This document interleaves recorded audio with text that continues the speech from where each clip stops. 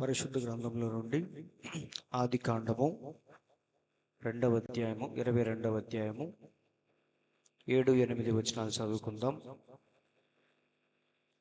ఆది కాండము 22వ అధ్యాయము 7-8 వచనాలు. ఇస్సాకు తన తండ్రి అయిన అబ్రహాముతో నా తండ్రి అని పిలిచెను.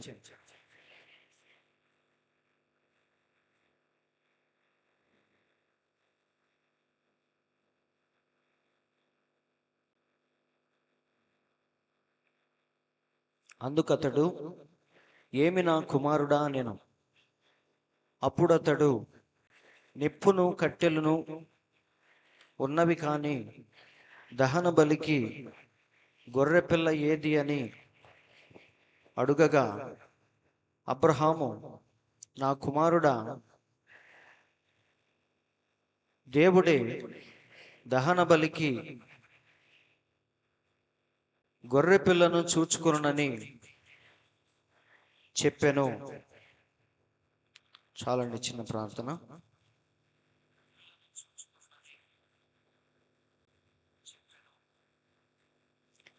పరిశుద్ధుడా, ప్రేమ కలిగిన తండ్రి, జీవము కలిగిన యేసయ్య, మీ పరిశుద్ధమైన ప్రశస్తమైన నామానికి ఈ ఉదయకాల సమయంలో మీకెంతగానో స్తుతులు స్తోత్రములు చెల్లిస్తున్నాం ప్రభువా.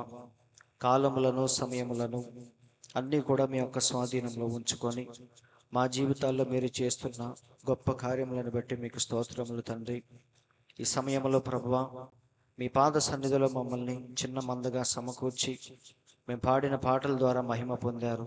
ఇప్పుడు చదవబడిన వాక్యాన్ని ఉద్దేశించి ఏ హృదయానికి ఏ వాక్యము కావాలో అది నీవే తండ్రి మాతో మాట్లాడమని, ఆ మాటల ద్వారా మా జీవితాలను మరొక్కసారి సరిచేయమని ప్రార్థిస్తున్నాం ప్రభువా. రావలసిన వారిని త్వరపెట్టి స్థలానికి నడిపించండి.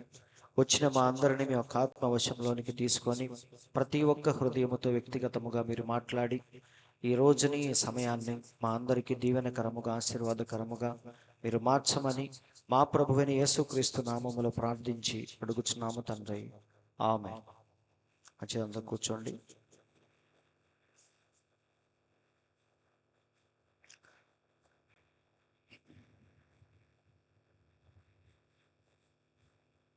దేవుని పరిశుద్ధ నామానికి స్తోత్రములు. వచ్చిన మీ అందరికీ నా వందనాలు. మరి దేవుని కృపను బట్టి మళ్ళీ మనకి చక్కని సమయాన్ని దేవుడు అనుగ్రహించాడు. మరి ఈ సమయంలో చదవబడిన వాక్యాన్ని ఉద్దేశించి మరి కాలపు ప్రవక్త బోధించిన అంశము ఈ దినము కొరకు దేవుడు ఏర్పరిచిన మార్గము అనే అంశంలో నుండి కొన్ని ప్రాముఖ్యమైన మాటలు మనం ధ్యానించుకుందాం. మరి అందరూ వినటానికి సిద్ధంగా ఉన్నారు కదా? మరి నిజంగా దేవుడు తన యొక్క గొప్ప ప్రణాళికను తన ప్రవక్తల ద్వారా మనకి తెలియచేస్తూ, ఇదంతా దేనికోసమంటే ఒకరోజు ఆయన పెండ్లి కుమారుడుగా ఆయన రహస్యముగా రాబోతున్నాడు. అవునా? సో ఆ రహస్యమైన రాకడలో మనం ఉండాలి అంటే, మనం ఎత్తబడాలంటే ఖచ్చితంగా మనం దానికి తగినట్టుగా ఇక్కడే మనం మారిపోవాలి. అందుకే ప్రకటన గ్రంథంలో ఒక మాట రాయబడింది, ఆయన భార్య తన్ను తాను సిద్ధపరుచుకొని ఉన్నది అని. సో ఇదంతా ఏంటంటే ఆ ఎత్తబాటు కొరకు మనల్ని సిద్ధపరిచే వర్తమానాలే ఇవన్నీ కూడా.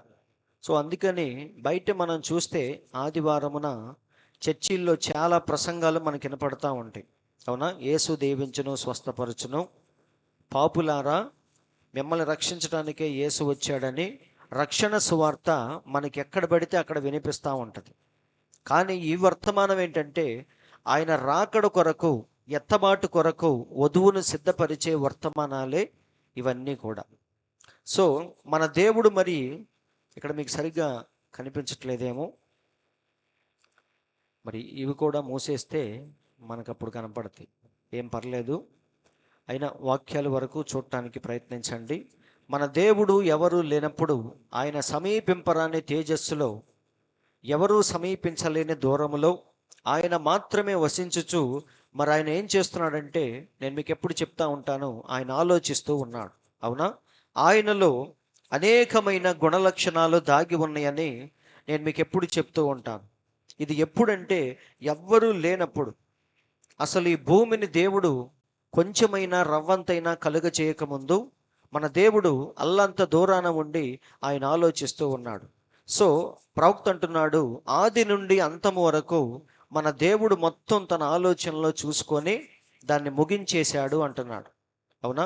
రేపేం చేయబోతున్నామో ఈరోజు మనం ఆలోచిస్తాం, కానీ తర్వాత ఏం చేయబోతున్నామో మనకు తెలియదు. అవునా? అంతెందుకు, మనం ఎలా చనిపోతామో ఎవరికైనా తెలుసా? ఎవరికి తెలియదు.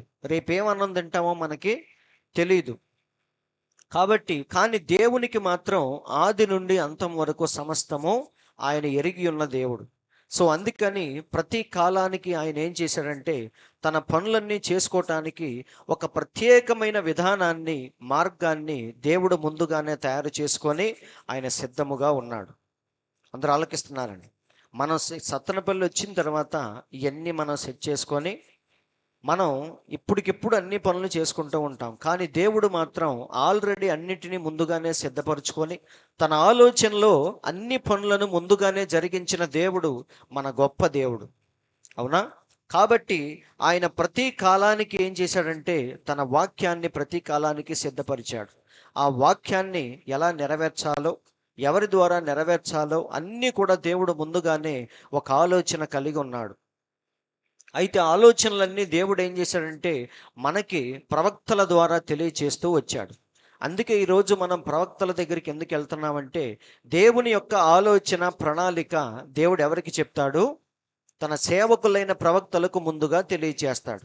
కాబట్టి ఈరోజు మరి ఈ విషయాలన్నీ మనం చెప్పుకుంటున్నామంటే అది ప్రవక్త తెలియచేసిన విషయాలు. ప్రవక్త గనక లేకపోతే బైబిల్ మనం అలా ప్లెయిన్గా చదువుకుంటూ వెళ్ళిపోతే ఏ విషయాలు మనకు అర్థం కావు. అవునా? సో ఉదాహరణకు మీకు ఒకటి చెప్తాను.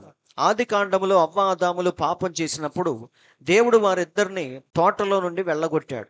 అవునా? అప్పుడు దేవుడు వారిద్దరిని శపించిన తర్వాత సర్పాన్ని కూడా దేవుడు శపించాడు. శపించినప్పుడు ఒక మాట చెప్పాడు. ఏమనంటే, నీ సంతానానికి స్త్రీ సంతానానికి నేను వైరము కలుగజేస్తున్నాను అని చెప్పాడు. శపించడం అయిపోయిన తర్వాత దేవుడు ఏమంటున్నాడు?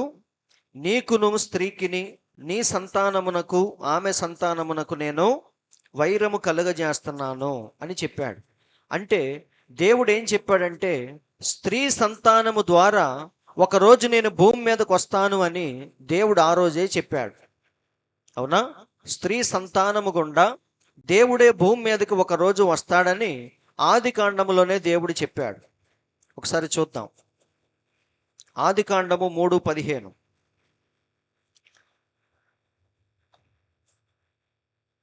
చదవండి. మరియు నీకును స్త్రీకిని నీ సంతానమునకును ఆమె సంతానమునకును వైరము కలుగజేసేదను. అది నిన్ను తల మీద కొట్టును, నీవు దాన్ని మడిమ మీద కొట్టుదు అని చెప్పాను. సో ఇక్కడ దేవుడు ఏం చెప్తున్నాడంటే ఒకరోజు నేను స్త్రీ సంతానము గుండా భూమి మీదకి వస్తాను, అంటే మానవ జాతిలోనికి ప్రవేశిస్తాను అని చెప్పాడు. మరి చాలా జాగ్రత్తగా ఆలోచించండి. స్త్రీ సంతానము ద్వారా భూమి మీదకి రావాలి అంటే ఖచ్చితంగా పాపము ద్వారానే రావాలి. ఎందుకంటే దావీదు ఏమన్నాడంటే నా తల్లి పాపములో నన్ను గర్భము ధరించింది, అవునా, నేను పాపములో పుట్టినవాడను అని చెప్పాడు. కాబట్టి స్త్రీ సంతానము గుండా రావాలి అంటే ఖచ్చితంగా స్త్రీ పురుషుల కలయిక ద్వారానే, స్త్రీ గర్భము ద్వారా ఎవరైనా సరే భూమి మీదకి వస్తారు. కాబట్టి మాటలు చూస్తుంటే మనకి ఏమర్థం అవుతుందంటే మన దేవుడు కూడా మనిషిగా స్త్రీ సంతానము ద్వారా ఒకరోజు బయటకు వస్తాడు అన్న విషయం మనకు అర్థమవుతుంది. కానీ స్త్రీ సంతానము గుండా వచ్చే ప్రతి ఒక్కడు పాపము ద్వారానే రావాలి. అవునా? మరి పాపము ద్వారా మన దేవుడు వస్తే ఆయన దేవుడు ఎందుకు అవుతాడు? అవునా కాదా? పాపము లేనివాడుగా ఉంటేనే ఒక పాపిని రక్షించగలడు. నువ్వు పాపి నేను పాపి అయినప్పుడు మనిద్దరం ఎలా రక్షించుకోగలం? నువ్వు నన్ను రక్షించలేవు, నేను నిన్ను రక్షించలేను. ఎందుకంటే నువ్వు పాపములో పుట్టావు, నేను కూడా పాపములోనే పుట్టాను. కానీ ఇక్కడ దేవుడు చెప్తున్న మాటలు ఏంటంటే ఆయన కూడా మానవుడిగా వస్తాను అని చెప్తున్నాడు. అది ఎలా కుదిరిద్ది? ఒకవేళ వస్తే పాపము ద్వారా రావాలి. అందుకే యోబు ఏమంటున్నాడంటే పాప సహితునిలో నుండి పాపరహితుడు ఎలా పుడతాడు? పుట్టిన ఎంత మేలు, అలాగున ఎవడును పుట్టనేరడు అంటున్నాడు. అవునా? దేవుడు చెప్పిన మాట ఏంటి? స్త్రీ గర్భము ద్వారా వస్తాను అని. స్త్రీ గర్భం ఏమో చెడిపోయింది. చెడిపోయిన గర్భములో నుంచి పాపము లేకుండా ఎలా పుడతాడు? అవునా? దావీదు సైతమే ఏమన్నాడు? నేను పాపములో పుట్టాను అంటున్నాడు. కానీ మన దేవుడు పాపము లేకుండా అదే గర్భము నుంచి రావాలి. అందుకే యోబు అంటున్నాడు, పాప సహితునిలో నుండి పాపరహితుడు పుట్టగలిగిన ఎంత మేలు, అలాగున ఎవడునో పుట్టనేరడు. ఎందుకంటే అది సృష్టి విరుద్ధమైన కార్యం. అవునా? అదే తల్లి గర్భములో నుంచి పాపము లేకుండా బయటికి రావాలంటే అది చాలా కష్టం. అదే అంటున్నాడు యోబు, అలాగున ఎవడునో పుట్టనేరడు అంటున్నాడు. కాబట్టి మరి దేవుడు ఏం చేయాలి? ఏం చేయాలంటే కన్యక ద్వారా రావాలి. అందరూ ఆలకిస్తున్నారండి. స్త్రీ గర్భము ద్వారా రావాలి, కానీ పాపము లేకుండా రావాలి. కాబట్టి దేవుడికి ఉన్న మార్గం ఏంటి? ఏ పురుషునితో సంబంధము లేని ఒక కన్యక గర్భము ద్వారా దేవుడు రావాలి. అందుకే యెషయా గ్రంథంలో దేవుడు రాయించుకున్నాడు ముందుగానే. ఏమని? యెషయా 7:14, కాబట్టి ప్రభువు తానే ఒక సూచన మీకు చూపును, ఆలకించుడి, కన్యక గర్భవతి అయి కుమారుని కనును. అందరూ ఆలకిస్తున్నారు. ఇది దేవుడు ఏర్పరిచిన మార్గం. యేసయ్య భూమి మీదకి రావటానికి దేవుడు ఏర్పరచుకున్న మార్గం ఏంటంటే కన్యక గర్భము ద్వారా ఆయన భూమి మీదకి రావాలి. అప్పుడు మాత్రమే పరిశుద్ధుడుగా రాగలడు, మానవుడుగా రాగలడు, మానవ జాతిని రక్షించగలడు. అందుకని దేవుడు ఈ విషయాల్ని అనాది కాలము నుండి చెప్పుకుంటూ వచ్చాడు. ఆది కాండములో ఏమని చెప్పాడు? స్త్రీ సంతానము ద్వారా వస్తాను అని చెప్పాడు. అవునా? యోబు గ్రంథములో ఏమని రాయించాడు? పాప సహితునిలో నుండి పాపరహితుడుగా వస్తాడు అని రాయించాడు. ఇక్కడ యెషయా గ్రంథములో ఏమని రాయించాడు? కన్యక గర్భము ద్వారా వస్తాను అని రాయించాడు. ఇది దేవుడు ఏర్పరచుకున్న చక్కని మార్గం. అయితే ఇది ఎప్పుడు నెరవేర్పులోకి వచ్చింది? ఎవరికీ తెలియదు. కాలము సంపూర్ణమైనప్పుడు, ఆ సమయం, ఆ గడియ ఎప్పుడైతే వచ్చిందో ఆటోమేటిక్గా ఏమైందంటే ఆ వాక్యము పాత నిబంధనలో చెప్పబడిన ఆ వాక్యము నేరుగా ఎక్కడికి వచ్చిందంటే మరియమ్మ తల్లి దగ్గరికి వచ్చింది. అందరూ ఆలకిస్తున్నారు. కాబట్టి సహోదరులారా, దేవుని యొక్క ఆలోచనలు, దేవుని యొక్క విధానం, దేవుని యొక్క మార్గములు ఎంత అద్భుతంగా ఉంటాయో ఇక్కడ మనకు అర్థమవుతుంది. అవునా? అది జరిగిపోయిన యెషయా గ్రంథంలో రాయబడిన కొన్ని వందల సంవత్సరాల తర్వాత ఆ వాక్యము ఎవరి జీవితంలోనికి వచ్చిందంటే మరియా జీవితంలోనికి వచ్చింది. అప్పుడు వెంటనే దూత వచ్చి చెప్తున్నాడు, దయాప్రాప్తురాల మరియా, నీకు శుభము కలుగునుగాక, నీవు త్వరలో ఒక శిశువుకు జన్మనివ్వబోతున్నావు, ఆయన యేసు అని పిలువబడతాడని ఎప్పుడైతే చెప్పాడో అప్పుడు ఆమె ఆ మాటలు వినటానికి ఎలా ఉన్నాయంటే చాలా విరుద్ధంగా ఉన్నాయి. ఎందుకంటే దేవుని యొక్క ఆలోచనలు, దేవుని యొక్క మార్గాలు అవి వినటానికి, చూడటానికి, చేయటానికి చాలా విరుద్ధంగా ఉంటాయి, వెర్రితనంగా ఉంటాయి. కాబట్టి దూత చెప్పిన మాట మరియకు ఎలా అనిపించింది? చాలా వింతగా అనిపించింది. ఇది ఎక్కడ జరిగిద్ది? ప్రపంచంలో ఎప్పుడైనా ఎక్కడైనా కన్యక గర్భము ధరించిందా? పిల్లల్ని కన్నదా? ఏ పురుషునితో సంబంధం లేకుండా ఒక స్త్రీ పిల్లల్ని కనగలదా? అది ఎక్కడా జరగదు. అందుకే మరియ అంటుంది, నేను ఏ పురుషుణ్ణి ఎరుగని దానిని కదా, ఇది ఎలా సాధ్యము అని అడిగింది. అప్పుడు దూత ఏమని చెప్పాడు? పరిశుద్ధాత్మ నిన్ను కమ్ముకుంటుంది, పరిశుద్ధాత్మ ద్వారానే నువ్వు గర్భము ధరిస్తావు అని చెప్పాడు. అవునా? ఇవి వినటానికి చాలా వెర్రితనంగా ఉంటాయి, కానీ అవి దేవుడు ఏర్పరిచిన మార్గం అని ముందు మనం తెలుసుకోవాలి. అవి నీకు వెర్రితనంగా ఉండొచ్చు, లోకానికి వెర్రితనంగా ఉండొచ్చు, కానీ అది దేవుడు ఏర్పరిచిన మార్గం కాబట్టి దాన్ని మనం తప్పకుండా ఏం చేయాలి? స్వీకరించాలి, యాక్సెప్ట్ చేయాలి. కాబట్టి దేవుని వాక్యం ఎక్కడికి వచ్చిందంటే ఎవరైతే దాన్ని స్వీకరిస్తారో అక్కడికే ఆ వాక్యం అనేది వచ్చింది. అవునా? ఆ రోజుల్లో ఎంతోమంది కన్యకలు ఉండొచ్చు, కానీ ఆ వాక్యం ఎక్కడికి వచ్చింది? మరియమ్మ దగ్గరికే వచ్చింది. ఎందుకంటే ఆమె మాత్రమే దేవుని యొక్క మార్గాన్ని, దేవుని యొక్క ఆలోచనల్ని యాక్సెప్ట్ చేయటానికి, స్వీకరించటానికి సిద్ధపడింది. వింటున్నారండి? ప్రవక్త అంటున్నాడు మరొక ప్రసంగంలో, పలుకబడిన మాట మూల విత్తనంలో అంటున్నాడు, ఇదే కార్యం ఏదేను తోటలో అవ్వమ్మ దగ్గరికి వచ్చినప్పుడు ఆమె యాక్సెప్ట్ చేయలేకపోయింది. ఆమె ఏం చేసిందంటే వాక్యాన్ని కొంత, అపవాది యొక్క ఆలోచనను కొంత తీసుకుంది.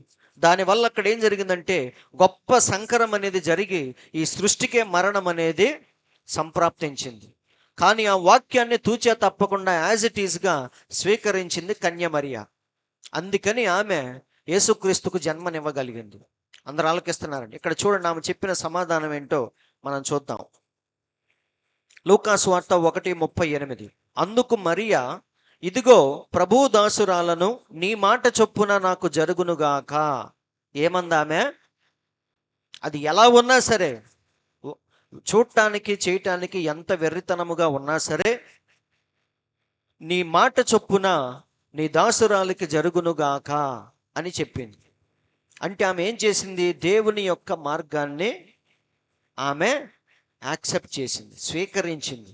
ఆమె దాన్ని ఒప్పుకుంది, దాన్ని ఆమె స్వీకరించింది. ఎప్పుడైతే ఒప్పుకుందో ఆమె యొక్క జీవితంలో ఆ వాక్య నెరవేర్పును చూసిందా, చూడలేదా? దూత వచ్చి చెప్పాడు, అప్పుడు ఆమె ముందు నమ్మలేదు. కానీ తర్వాత ఏమంది? నీ చిత్తము చొప్పున నీ దాసురాలకు జరుగునుగాక అని ఎప్పుడైతే చెప్పిందో ఆ వాక్యము ఆమె జీవితంలో నెరవేర్పు జరిగింది. కాబట్టి సహోదరులారా, దేవుని యొక్క కార్యాలు మన జీవితంలో జరగాలంటే ముందు మనం ఏం చేయాలి? దేవుని యొక్క మార్గాలు, దేవుని యొక్క ఆలోచనలు ముందు మనం స్వీకరించాలి, వాటిని ఒప్పుకోవాలి. అవి చూడటానికి వెర్రితనముగా ఉన్నా సరే మనం ఏం చేయాలి? వాటిని అంగీకరించాలి. కానీ ఈనాడు మనిషి ఎలా ఉన్నాడంటే దేవుని యొక్క మార్గాలను అంగీకరించే స్థితిలో వాడు ఇప్పుడు లేడు. అందుకే యేసయ్య పుట్టినప్పుడు ఆయన ఎంతమంది స్వీకరించారు? నేను చెప్పే అర్థమవుతున్నా? లేఖనాల ప్రకారముగా మన యేసయ్య భూమి మీదకి వచ్చాడు, అవునా? ఆది కాండము నుండి ఆయన గురించి ఏ ఏ లేఖనాలు అయితే ముందుగా చెప్పబడినాయో వాటన్నిటి యొక్క నెరవేర్పే ప్రభు అయిన యేసుక్రీస్తు, అవునా? కానీ ఆయన్ని గుర్తించింది మాత్రం చాలా తక్కువ మంది. అందరూ కలిసి ఆయన్ని అతి దారుణంగా సిలువేసి చంపారు. ఎందుకు అంటే మనిషి ఏర్పరచుకున్న మార్గాలు, దేవుడు ఏర్పరచుకున్న మార్గాలు, ఈ రెండు ఎప్పుడు కూడా కలిసినట్టుగా మనం చూడం.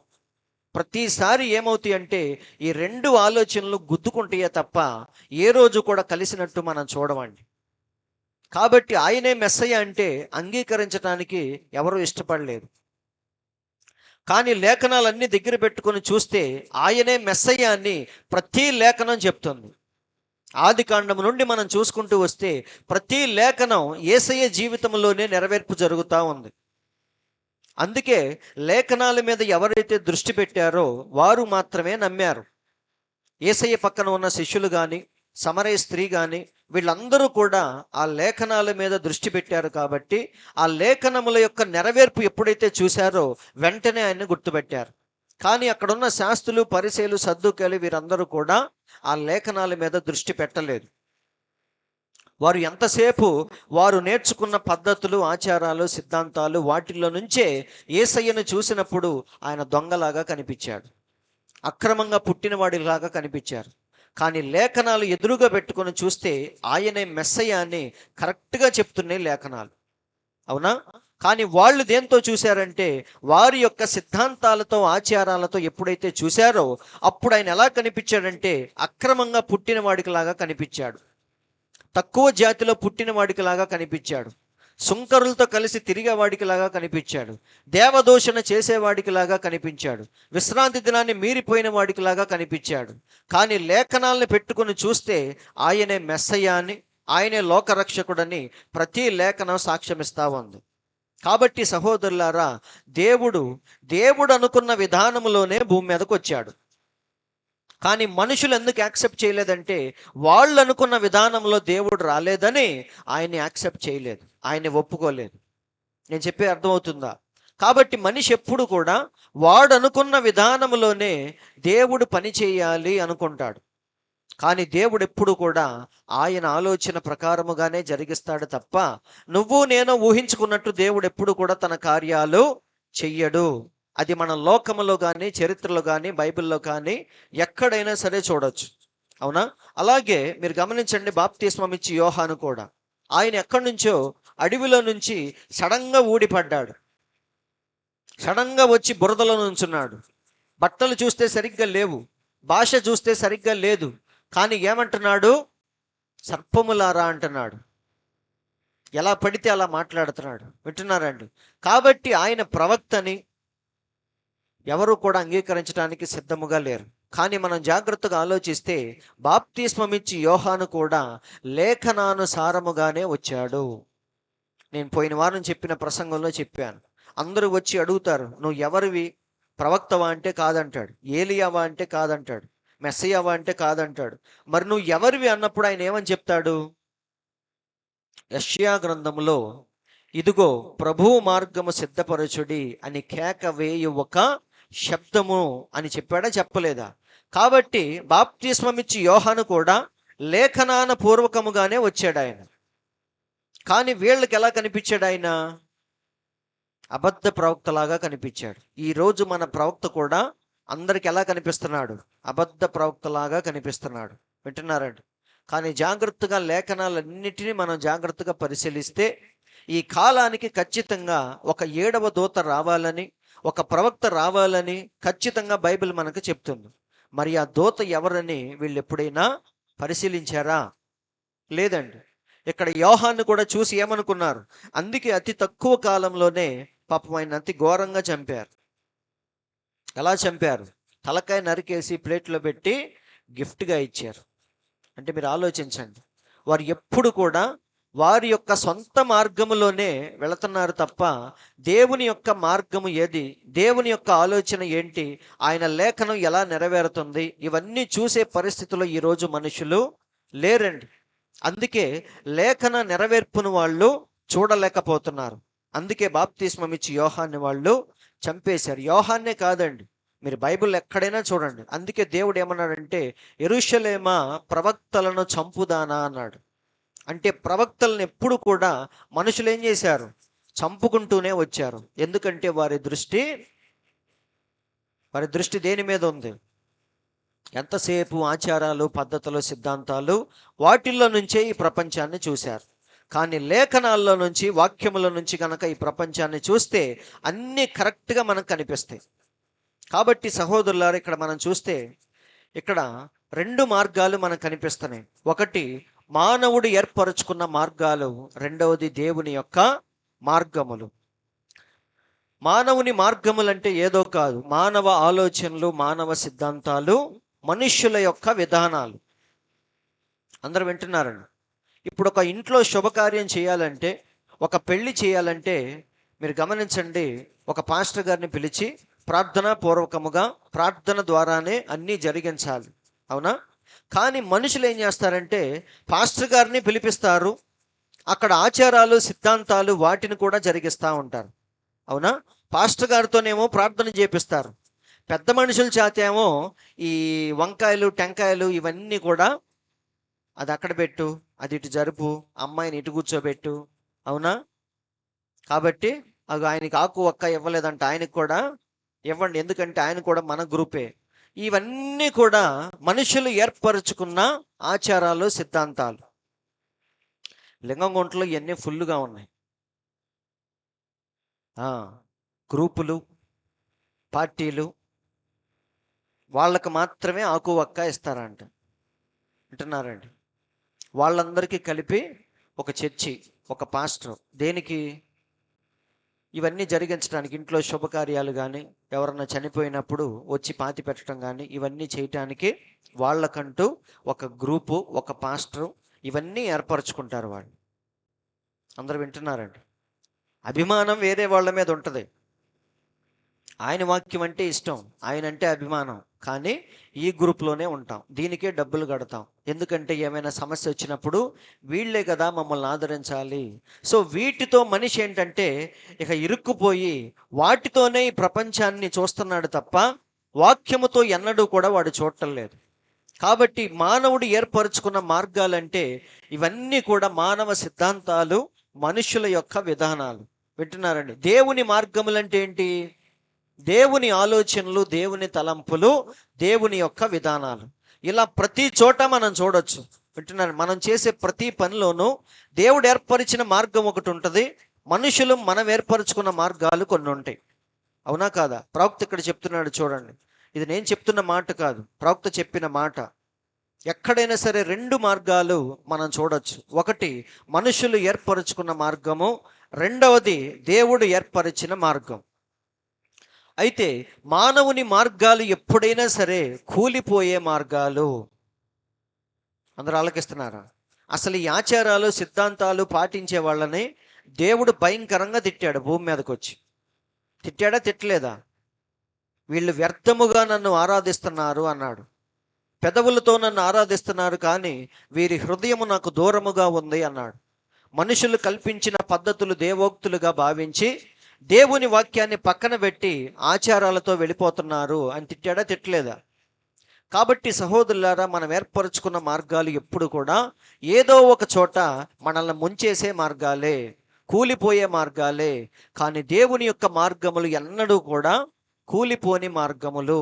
అందుకే మీరు గమనిస్తే ఆ దానియేలు చూసిన ప్రతిమలో అన్ని రాజ్యాలు కూలిపోయిన తర్వాత దేవుని యొక్క రాజ్యం ఈ భూమి మీద స్థాపించబడిద్దని దానియేలు చెప్పి ఒక మాట అంటాడు. దానియేలు గ్రంథం 2:44 చూడండి. దానియేలు చెప్తున్నాడు.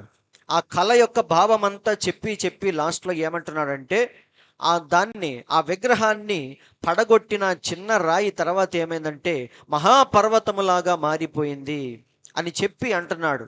చదవండి దానియేలు 2:44. ఆ రాజుల కాలములలో, అంటే ఇప్పటిదాకా ఏం చెప్పాడు ఆయన? 4 గొప్ప గొప్ప రాజ్యాల గురించి చెప్పాడు. బబులోను సామ్రాజ్యము, మాదీలు పారసీకుల సామ్రాజ్యము, గ్రీకుల సామ్రాజ్యము, లాస్ట్లో రోమన్ల పరిపాలన. వీటన్నిటి గురించి చెప్పి లాస్ట్లో ఆ విగ్రహం ఎలా కూలిపోయిద్దో కూడా చెప్పి ఇప్పుడు చెప్తున్నాడు. ఆ రాజుల కాలములలో పరలోకమందున్న దేవుడే ఒక రాజ్యమును స్థాపించును. దేవునికి స్తోత్రము కలుగును గాక. ఇప్పటిదాకా మానవ రాజ్యాల గురించి దానియేలు మాట్లాడాడు. అవునా? ఒక రాజ్యము కంటే బలమైన రాజ్యం ఇంకోటి వచ్చిద్దని, దానికంటే బలమైన రాజ్యం ఇంకోటి వచ్చిద్దని అలా చెప్పి లాస్ట్లో ఏమంటున్నాడంటే పరలోకమందున్న దేవుడే ఒక రాజ్యాన్ని స్థాపిస్తాడు అంటున్నాడు. అవునా? దానికెన్నటికీ నాశనము కలుగదు. ఆ రాజ్యము దాన్ని పొందిన వారికి గాక మరి ఎవనికి చెందదు. చూడండి, దేవుడు ఏర్పరిచిన మార్గము కానీ, దేవుడు స్థాపించిన సంఘము కానీ, ఆయన రాజ్యము కానీ ఎక్కడైనా సరే అది కూలిపోదు. అదే చెప్తున్నాడు, దాన్ని పొందిన వారికి గాక మరి ఎవనికి చెందదు. అది ముందు చెప్పిన రాజ్యములన్నిటినీ పగులగొట్టి నిర్మూలము చెయ్యును గాని, ఇది చూడండి, యుగ యుగముల వరకు అది నిలుచును. అందరూ ఆలకిస్తున్నారు. కాబట్టి దేవుని యొక్క ఆలోచన కానీ, దేవుడు ఏర్పరిచిన మార్గము కానీ, దేవుడు స్థాపించిన సంఘము కానీ, దేవుని రాజ్యము కానీ ఏదైనా సరే దేవునికి సంబంధించింది ఎప్పుడైనా సరే అది మధ్యలో నాశనము కాదు, అది కూలిపోదు. కానీ మానవుడు ఏర్పరచుకున్న మార్గములు ఎప్పుడైనా సరే అవి కూలిపోతూ ఉంటాయి. అందరూ వింటున్నారండి? బబులోను సామ్రాజ్యం గొప్పదే, కానీ ఒకరోజు మాదీలు పారసీకులు వచ్చి దాన్ని లాక్కున్నారా లేదా? మాదీలు పారసీకుల రాజ్యం మంచిదే, కానీ తర్వాత అలెగ్జాండర్ వచ్చి ఈ ప్రపంచాన్ని స్వాధీనం చేసుకున్నాడా లేదా? కాబట్టి ఇలా ఒకదాన్ని మించింది ఒకటి వస్తూనే ఉంటుంది. కానీ దేవుణ్ణి మించిన రాజ్యము కానీ ఈ లోకంలో మరేదీ లేదు అంటున్నాడు. కాబట్టి ఆయన రాజ్యానికి అంతమనేది లేదు. కాబట్టి సహోదరులారా, నేను చెప్పేది ఏంటంటే ప్రతి చోట దేవుడు ఏర్పరిచిన మార్గం ఉంటుంది, దాని పక్కనే మనుషులు ఏర్పరచుకున్న మార్గాలు కూడా ఉంటాయి. అవునా? మనం ఎప్పుడు కూడా మనం ఏర్పరచుకున్న మార్గాల్లోనే వెళుతూ ఉంటాం. అవునా? కానీ దేవుడు ఏంటంటే నా మార్గంలోనికి రండని మనల్ని ఎప్పటి నుండో పిలుస్తూ ఉన్నాడు. కానీ ఆయన మార్గంలోనికి వెళ్ళే స్థితిలో ఈరోజు మానవుడు ఎవ్వడూ కూడా లేరు. ఇంకా చెప్పాలంటే ఆయన్నే మన మార్గంలోకి రమ్మని పిలుస్తూ ఉంటాం. అవునా? అందరూ వింటున్నారండి? దేవుడు ఏమంటున్నాడు? మీ మార్గాల్లో ఏదో ఒకరోజు నాశనాన్ని చూస్తారు, కాబట్టి నేను ఏర్పరిచిన మార్గంలోనికి రండి అని పిలుస్తున్నాడు. కానీ మనుషులు ఏంటంటే ఆ మార్గంలోనికి పోక మళ్ళీ ఏమనుకుంటున్నారు? దేవుణ్ణే ఈ మార్గంలోనికి లాగుదామని చూస్తూ ఉంటారు. అదే వచ్చిన పెద్ద సమస్య. ఇక్కడ దేవుడు మోషేను ఇశ్రాయేలీయులందరికీ నాయకుడిగా నియమించాడు. అవునా? ఆయన ద్వారా మాత్రమే ఇశ్రాయేలుని ఐగుప్తు నుండి దేవుడు విడిపించాడు. ఆయన ద్వారా మాత్రమే ఎర్ర సముద్రాన్ని చీల్చాడు. ఆయన ద్వారా మాత్రమే కొట్టబడిన బండలో నుంచి వచ్చిన నీటిని వాళ్ళు తాగారు. అవునా? ఇవన్నీ కూడా దేవుడు ఎవరి ద్వారా జరిగించాడంటే మోషే ద్వారా జరిగించాడు. అంటే మోషే వారందరికీ నాయకుడుగా ఉన్నాడు. అవునా? మోషేను దేవుడే వారికి నాయకుడిగా నియమించాడు. ఇప్పుడు ఈ నాయకత్వం మాకు వద్దు అంటే ఎవరిని ధిక్కరించినట్టు? మనం దేవుణ్ణే ధిక్కరించినట్టు. ఎందుకంటే దేవుడే ఆయన్ని అపాయింట్ చేశాడు. అవునా? మండుచున్న పొదలో దేవుడు ఆయనతో మాట్లాడి ఆయన ద్వారా 10 రకాల తెగుళ్ళు రప్పించి ఆయన ద్వారా ఎర్ర సముద్రాన్ని చీల్చి ఆయన ద్వారానే వారందరినీ నడిపిస్తూ ఉన్నాడు. కాబట్టి ఇప్పుడు మాకు మోషే వద్దు అంటే అది ఎవరిని తిరస్కరించినట్టు? దేవుణ్ణే తిరస్కరించినట్టు. అందుకే ఒకసారి మీరు చూస్తే మోషే కూషు దేశపు స్త్రీని పెళ్లి చేసుకుంటాడు. సంఖ్యాకాండం 12:1లో మోషే కూషు దేశపు స్త్రీని పెళ్లి చేసుకొని ఉండెను గనక అతడు పెళ్లి చేసుకున్న ఆ స్త్రీని బట్టి మిరియాము అహరోనులు అతని మీద విరోధముగా మాట్లాడిరి. మోషే చేసిన పని వారికి ఎలా అనిపించింది? పాస్టర్ అయితే అయ్యేవులే కానీ నువ్వు చేసిన పని వెంటనే మిరియాము అంటే వాళ్ళ అక్క, అహరోన్ అంటే వాళ్ళ అన్నయ్య, కాబట్టి వారికి అధికారం ఉంది. అందుకని ఏం చేశారు? తిట్టారు. ఏంటి నువ్వు చేసిన పని అని చెప్పేసి తిట్టంగానే మోషే ఏమనలేదు. వింటున్నారండి? కానీ ఆ మాటలు ఎవరున్నారు? దేవుడు విన్నాడంట. ఎందుకంటే మిరియాము ఒక మాట అంటది చూడండి, వారు మోషే చేత మాత్రమే యెహోవా పలికించెనా, ఆయన మా చేతను పలికింపలేదా? ఎందుకంటే మిరియాము ప్రవక్తిని అని బైబిల్లో ఉంది. అంటే ప్రవచనాలు చెప్పే ప్రవక్తిని, అంతేగాని మోషే లాంటి అగ్ని ప్రవక్త కాదండి. అందరూ వింటున్నారా? ఆమెకు దేవుడిచ్చిన తలాంతు అంతవరకే. బైబిల్లో మనం చూసాం, దేవుడు ఒకరికి 5 ఇచ్చాడు, ఒకరికి 2 ఇచ్చాడు. అవునా? వారి వారి సామర్థ్యాన్ని బట్టి దేవుడు నీకు ఎక్కువ ఇవ్వాలనుకుంటే ఎక్కువ ఇస్తాడు, నువ్వు దానికే సరిపోతావనుకుంటే ఆ తలాంతే ఇస్తాడు. ఇక్కడ మోషేకి ఇచ్చిన తలాంతు చాలా గొప్పది, కానీ మిరియాముకి ఇచ్చిన తలాంతు చాలా చిన్నది. అవునా? ప్రవచనాలు చెప్పే ప్రవక్తిని ఆమె, కానీ మోషే మాత్రం అగ్ని ప్రవక్త, దేవుని యొక్క స్వరూపాన్ని డైరెక్ట్గా చూసిన గొప్ప ప్రవక్త ఆయన. అవునా? మండుచున్న పొదలో దేవునితో మాట్లాడాడు. అలాగే బండ సందులో ఉండి దేవుని యొక్క స్వరూపాన్ని డైరెక్ట్గా చూసిన వాడు మోషే. అదే అంటున్నాడు దేవుడు, వారు మోషే చేత మాత్రమే యెహోవా పలికించెనా, యెహోవా మా చేతను పలికింపలేదా అని చెప్పుకొనగా యెహోవా ఆ మాట వినెను. ఆ మాట ఎవరున్నారు? యెహోవా విన్నాడు. మోషేదేముంది? ఏమనలేదు, చిన్నోడు కాబట్టి. కానీ దేవుడు విని వెంటనే ఏమన్నాడు తెలుసా? మోషే భూమి మీదనున్న వారందరిలో మిక్కిలి సాత్వికుడు. యెహోవా వెంటనే దేవుడు దిగి వచ్చాడు, వచ్చి అంటున్నాడు, మీరు ముగ్గురు ప్రత్యక్షపు గుడారమునకు రండని హఠాత్తుగా మోషే అహరోను మిరియాములకు ఆజ్ఞ ఇచ్చెను. ఉన్న పాటునే ముగ్గురిని ఎక్కడికి రమ్మన్నాడు? ప్రత్యక్షపు గుడారము దగ్గరికి రమ్మని దేవుడు పిలిచాడు. ఇది మోషే ఇచ్చిన తీర్పు కాదండి. వింటున్నారా? మోషే ఏమనలేదు, కానీ మోషేను అన్నందుకు దేవుడు ఎక్కువ ఫీల్ అవుతున్నాడు. వింటున్నారా? మోషే అంత హట్ అవ్వలేదు, ఎందుకంటే వాళ్ళ సొంతోళ్ళే. కానీ దేవుడు మాత్రం హట్ అయ్యాడా? అవ్వలేదా? అందుకే దేవుడు ఏమన్నాడంటే నా ప్రవక్తలను ముట్టుకోవద్దు అని చెప్పాడు. నేను అభిషేకించిన వానిని ముట్టకూడదు అని దేవుడు చెప్పాడు. సో ఇక్కడ మోషే మీద ఎప్పుడైతే తిరుగుబాటు చేశారో వెంటనే దేవుడే దిగి వచ్చి ఆ ముగ్గురు రాగా యెహోవా మేఘ స్తంభములో దిగి ప్రత్యక్షపు గుడారం యొక్క ద్వారమునొద్ద నిలిచి అహరోను మిరియాములను పిలిచెను. పిలిచి అంటున్నాడు చూడండి, వారిద్దరూ రాగా ఆయన, నా మాటలు వినండి, మీలో ప్రవక్త ఉండిన ఎడల యెహోవానగు నేను దర్శనమిచ్చి అతడు నన్ను తెలుసుకున్నట్లు కలలో అతనితో మాట్లాడుదును. ప్రవక్తలు ఎవరైనా ఉంటే వారితో నేను ఎలా మాట్లాడతాను? కలలు దర్శనాలు అప్పుడు అయ్యే కదా, అవునా కాదా? కలలు దర్శనాలు. కానీ నా సేవకుడైన మోషే అట్టివాడు కాదు. అసలు మోషే ఏలియాలు ఎప్పుడు దేవుని పక్కన ఉండే 2 ఒలీవ చెట్ల లాంటి వాళ్ళు, అవునా కాదా? వాళ్ళిద్దరిని ఏమన్నంటే దేవుని కోపం వచ్చిద్దా రాదా? వెంటనే వచ్చింది. ఇక్కడ అదే జరిగింది. నా సేవకుడైన మోషే అట్టివాడు కాదు, అతడు నా ఇల్లంతటిలో నమ్మకమైన వాడు. చూడండి, నేను గూఢ భావములతో కాదు గాని దర్శనమిచ్చి ముఖాముఖిగా అతనితో మాట్లాడుదును. అతడు యెహోవా స్వరూపమును నిదానించి చూచును.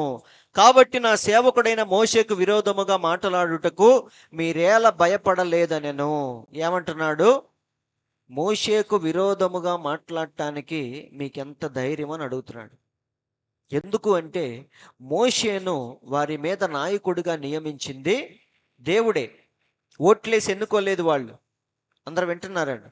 కాబట్టి దేవుడు ఏర్పరిచిన వాని మీద తిరుగుబాటు చేశామంటే అది దేవుని మీద చేసినట్టే. కాబట్టి సహోదరులారా, వెంటనే దేవుడు దిగివచ్చి ఆమెను కుష్టు వ్యాధితో దేవుడు మొత్తాడా, మొత్తలేదా? కాబట్టి అలాంటి సందర్భమే కొద్ది రోజులు గడిచిన తర్వాత మళ్ళీ దాతాను, కోరహు, అభిరాములు వీళ్ళందరూ మళ్ళీ మోషే మీద తిరుగుబాటు చేశారు. వాళ్ళంటే సొంత వాళ్ళు, కుటుంబీకులు, అవునా? తిరుగుబాటు చేశారు. ఇప్పుడు వీళ్ళెవరు? దాతాను, కోరహు, అభిరాములు. వీళ్ళు దేనికోసం పోటీకి వచ్చారు? వీళ్ళు కూడా మళ్ళీ దానికే పోటీకి వచ్చారు. నువ్వేనా ప్రవక్తవి? మేము కూడా ప్రవక్తలమే. నువ్వేనా లేవి గోత్రంలో పుట్టింది? మేము కూడా లేవి గోత్రంలో పుట్టాం. మేము కూడా యాజకత్వం చెయ్యొచ్చు అని మోషే, అహరోన్ల మీద ఇద్దరు కూడా, ఎప్పుడైతే వాళ్ళందరూ ఇద్దరి మీద తిరుగుబాటు చేశారో అప్పుడు మళ్ళీ ఏం జరిగిందో చూద్దాం. అందుకే పౌలు ఒక మాట చెప్తున్నాడు, చూడండి. ఇక్కడ పౌలు హెబ్రీలకు రాసిన పత్రికలో ఒక చక్కని మాట చెప్పాడు. మీ పైన నాయకులుగా ఉన్నవారు లెక్క అప్పచెప్పవలసిన వారి వలె మీ ఆత్మలను కాయుచున్నారు. వారు దుఃఖముతో ఆ పని చేసిన ఎడల మీకు నిష్ప్రయోజనము గనుక దుఃఖముతో కాక ఆనందముతో చేయునట్లు వారి మాట విని వారికి లోబడి ఉండుడి.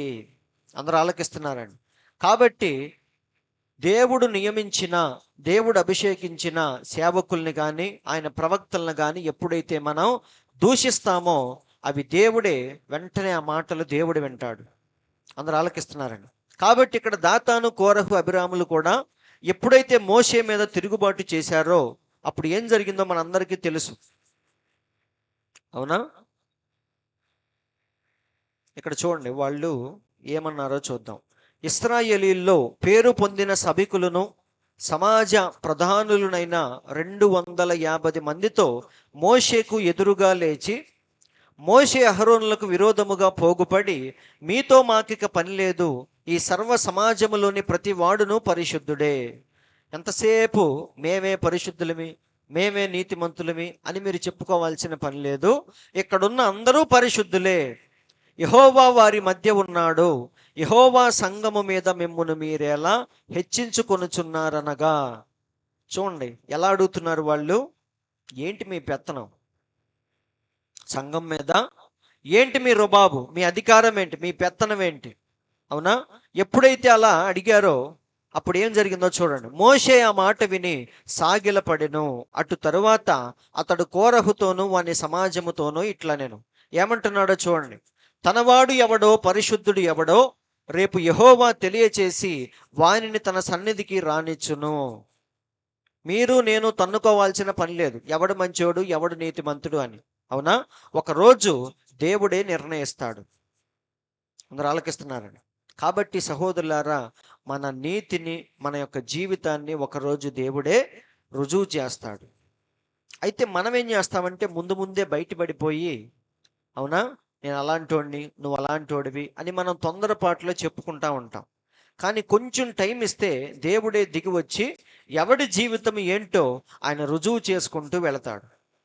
ఇక్కడ అదే మోషే అంటున్నాడు, తనవాడు ఎవడో, పరిశుద్ధుడు ఎవడో రేపు యెహోవా తెలియచేసి వాణ్ణి తన సన్నిధికి రానిచ్చును. కాబట్టి అందరూ రేపొద్దున ధూపార్తిని తీసుకొని వెళదాం, దేవుడు ఎవరిని రాణిస్తాడో చూద్దాం అని పొద్దున్నే మోషే అందరిని తీసుకొని వెళతాడు. అవునా? తర్వాత ఏం జరిగింది? దేవుడు ఎప్పుడైతే వారిని తిరస్కరించాడో ఇక దేవుడే చెప్పాడు ఏమని? వారిని బతికుండగానే పాతాళానికి పంపిస్తాను, నువ్వు కొంచెం తప్పుకో మోషే అంటాడు. అవునా? ఎప్పుడైతే వారందరూ అలా తప్పుకుంటారో అప్పుడు వెంటనే ఉన్న ఫలంగా దేవుడు వారి కింద ఉన్న భూమిని దెబ్బకు చీల్చి వారందరిని బతికుండగానే లోపలికి పంపించేస్తాడు. భూమి తన నోరు తెరచి వారిని, వారి కుటుంబములను కోరహు సంబంధులందరినీ వారి సమస్త సంపాద్యమును మింగివేశెను. వారును వారి సంబంధులందరూ ప్రాణముతో పాతాళములో కూలిరి. చచ్చిన తర్వాత పాతాళం వెళ్ళాలి మనం. లాజరు ధనవంతుడు ఎప్పుడు వెళ్ళాడు? పాతాళం ఎప్పుడు వెళ్ళాడు? చచ్చిపోయిన తర్వాత వెళ్ళాడు, అవునా? కానీ వీళ్ళు ధనవంతుడు కంటే ఘోరంగా బతుకుండగానే వెళ్ళారు.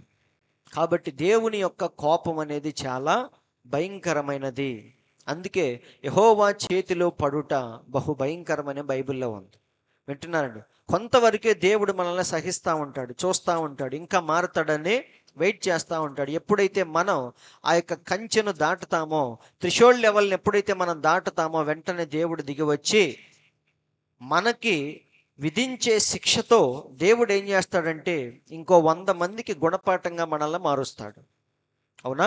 కాబట్టి వారికి జరిగింది అనేక మందికి ఏం పుట్టించింది? ఒక పెద్ద భయాన్ని కలిగించింది. వారును వారి సంబంధులందరూ ప్రాణముతో పాతాళములో కూలిరి. భూమి వారిని మింగివేసెను, వారు సమాజములో ఉండకుండా నశించిరి. కాబట్టి సహోదరులారా, దేవుడు ఏర్పరిచిన మార్గాన్ని ఎప్పుడైతే మనం యాక్సెప్ట్ చేయమో, ఎప్పుడైతే మనం స్వీకరించమో, అప్పుడు వెంటనే మన యొక్క నాశనాన్ని మనమే కోరి కోరి తెచ్చుకుంటాం. ఇక్కడ అదే జరిగింది. దేవుడు ఏర్పరిచిన విధానం ఏంటి? మోషే ద్వారానే వారు కనాను దేశానికి వెళ్ళాలి. ఐగుప్తును విడిచి ఆ మార్గం అంతటిలో కూడా మోషేను అనుసరించాలి. మోషే చెప్పిన ప్రకారముగా వాళ్ళు వినాలి. ఎప్పుడైతే వారు ఆ మార్గాన్ని స్వీకరించలేదో, ఎప్పుడైతే వాళ్ళు తిరుగుబాటు చేశారో, వెంటనే దేవుడు వారిని నశింపచేశాడు. దాన్ని 10 మందికి సాక్ష్యముగా, గుణపాఠముగా దేవుడు చేశాడు. అందరూ ఆలకిస్తున్నారండి. కాబట్టి అందుకే పౌలు సంఘానికి ఒక మాట చెప్తున్నాడు, చూడండి. పౌలు సంఘానికి చెప్తున్నాడు, 2 కొరింథీ 10:18 చక్కగా రాయబడింది. ఏమనంటే, ప్రభువు మెచ్చుకొని వాడే యోగ్యుడు కానీ తన్ను తానే మెచ్చుకొనివాడు యోగ్యుడు కాదు. ఈరోజు చాలామంది ఒక చిన్న పని చేసి 10 సార్లు గొప్ప చెప్పుకుంటాం మనం, అవునా? ఒక మంచి పని చేసి 10 సార్లు గొప్ప చెప్పుకుంటాం. అది మనిషి యొక్క నైజం. కానీ దేవుడు ఏమంటున్నాడంటే, ఒక నిజమైన యోగ్యుణ్ణి దేవుడే హెచ్చిస్తాడు. తన్ను తానే మెచ్చుకునివాడు యోగ్యుడు కాడు కానీ ప్రభువు మెచ్చుకునివాడే యోగ్యుడు అని ఉందా లేదా? కాబట్టి దేవుని పిల్లలు ఏ కాలంలో ఉన్నా సరే వారికి తెలియకుండానే వాక్యము యొక్క స్ట్రీమ్ లైన్లో వాళ్ళు వెళతా ఉంటారు. వింటున్నారండి? అందుకే బైబిల్లో ఏమనుందంటే, దేవుని మూలముగా పుట్టిన ప్రతి వానిలో ఆయన బీజం ఉంటుందని రాయబడింది. అంటే దాని అర్థం ఏంటి?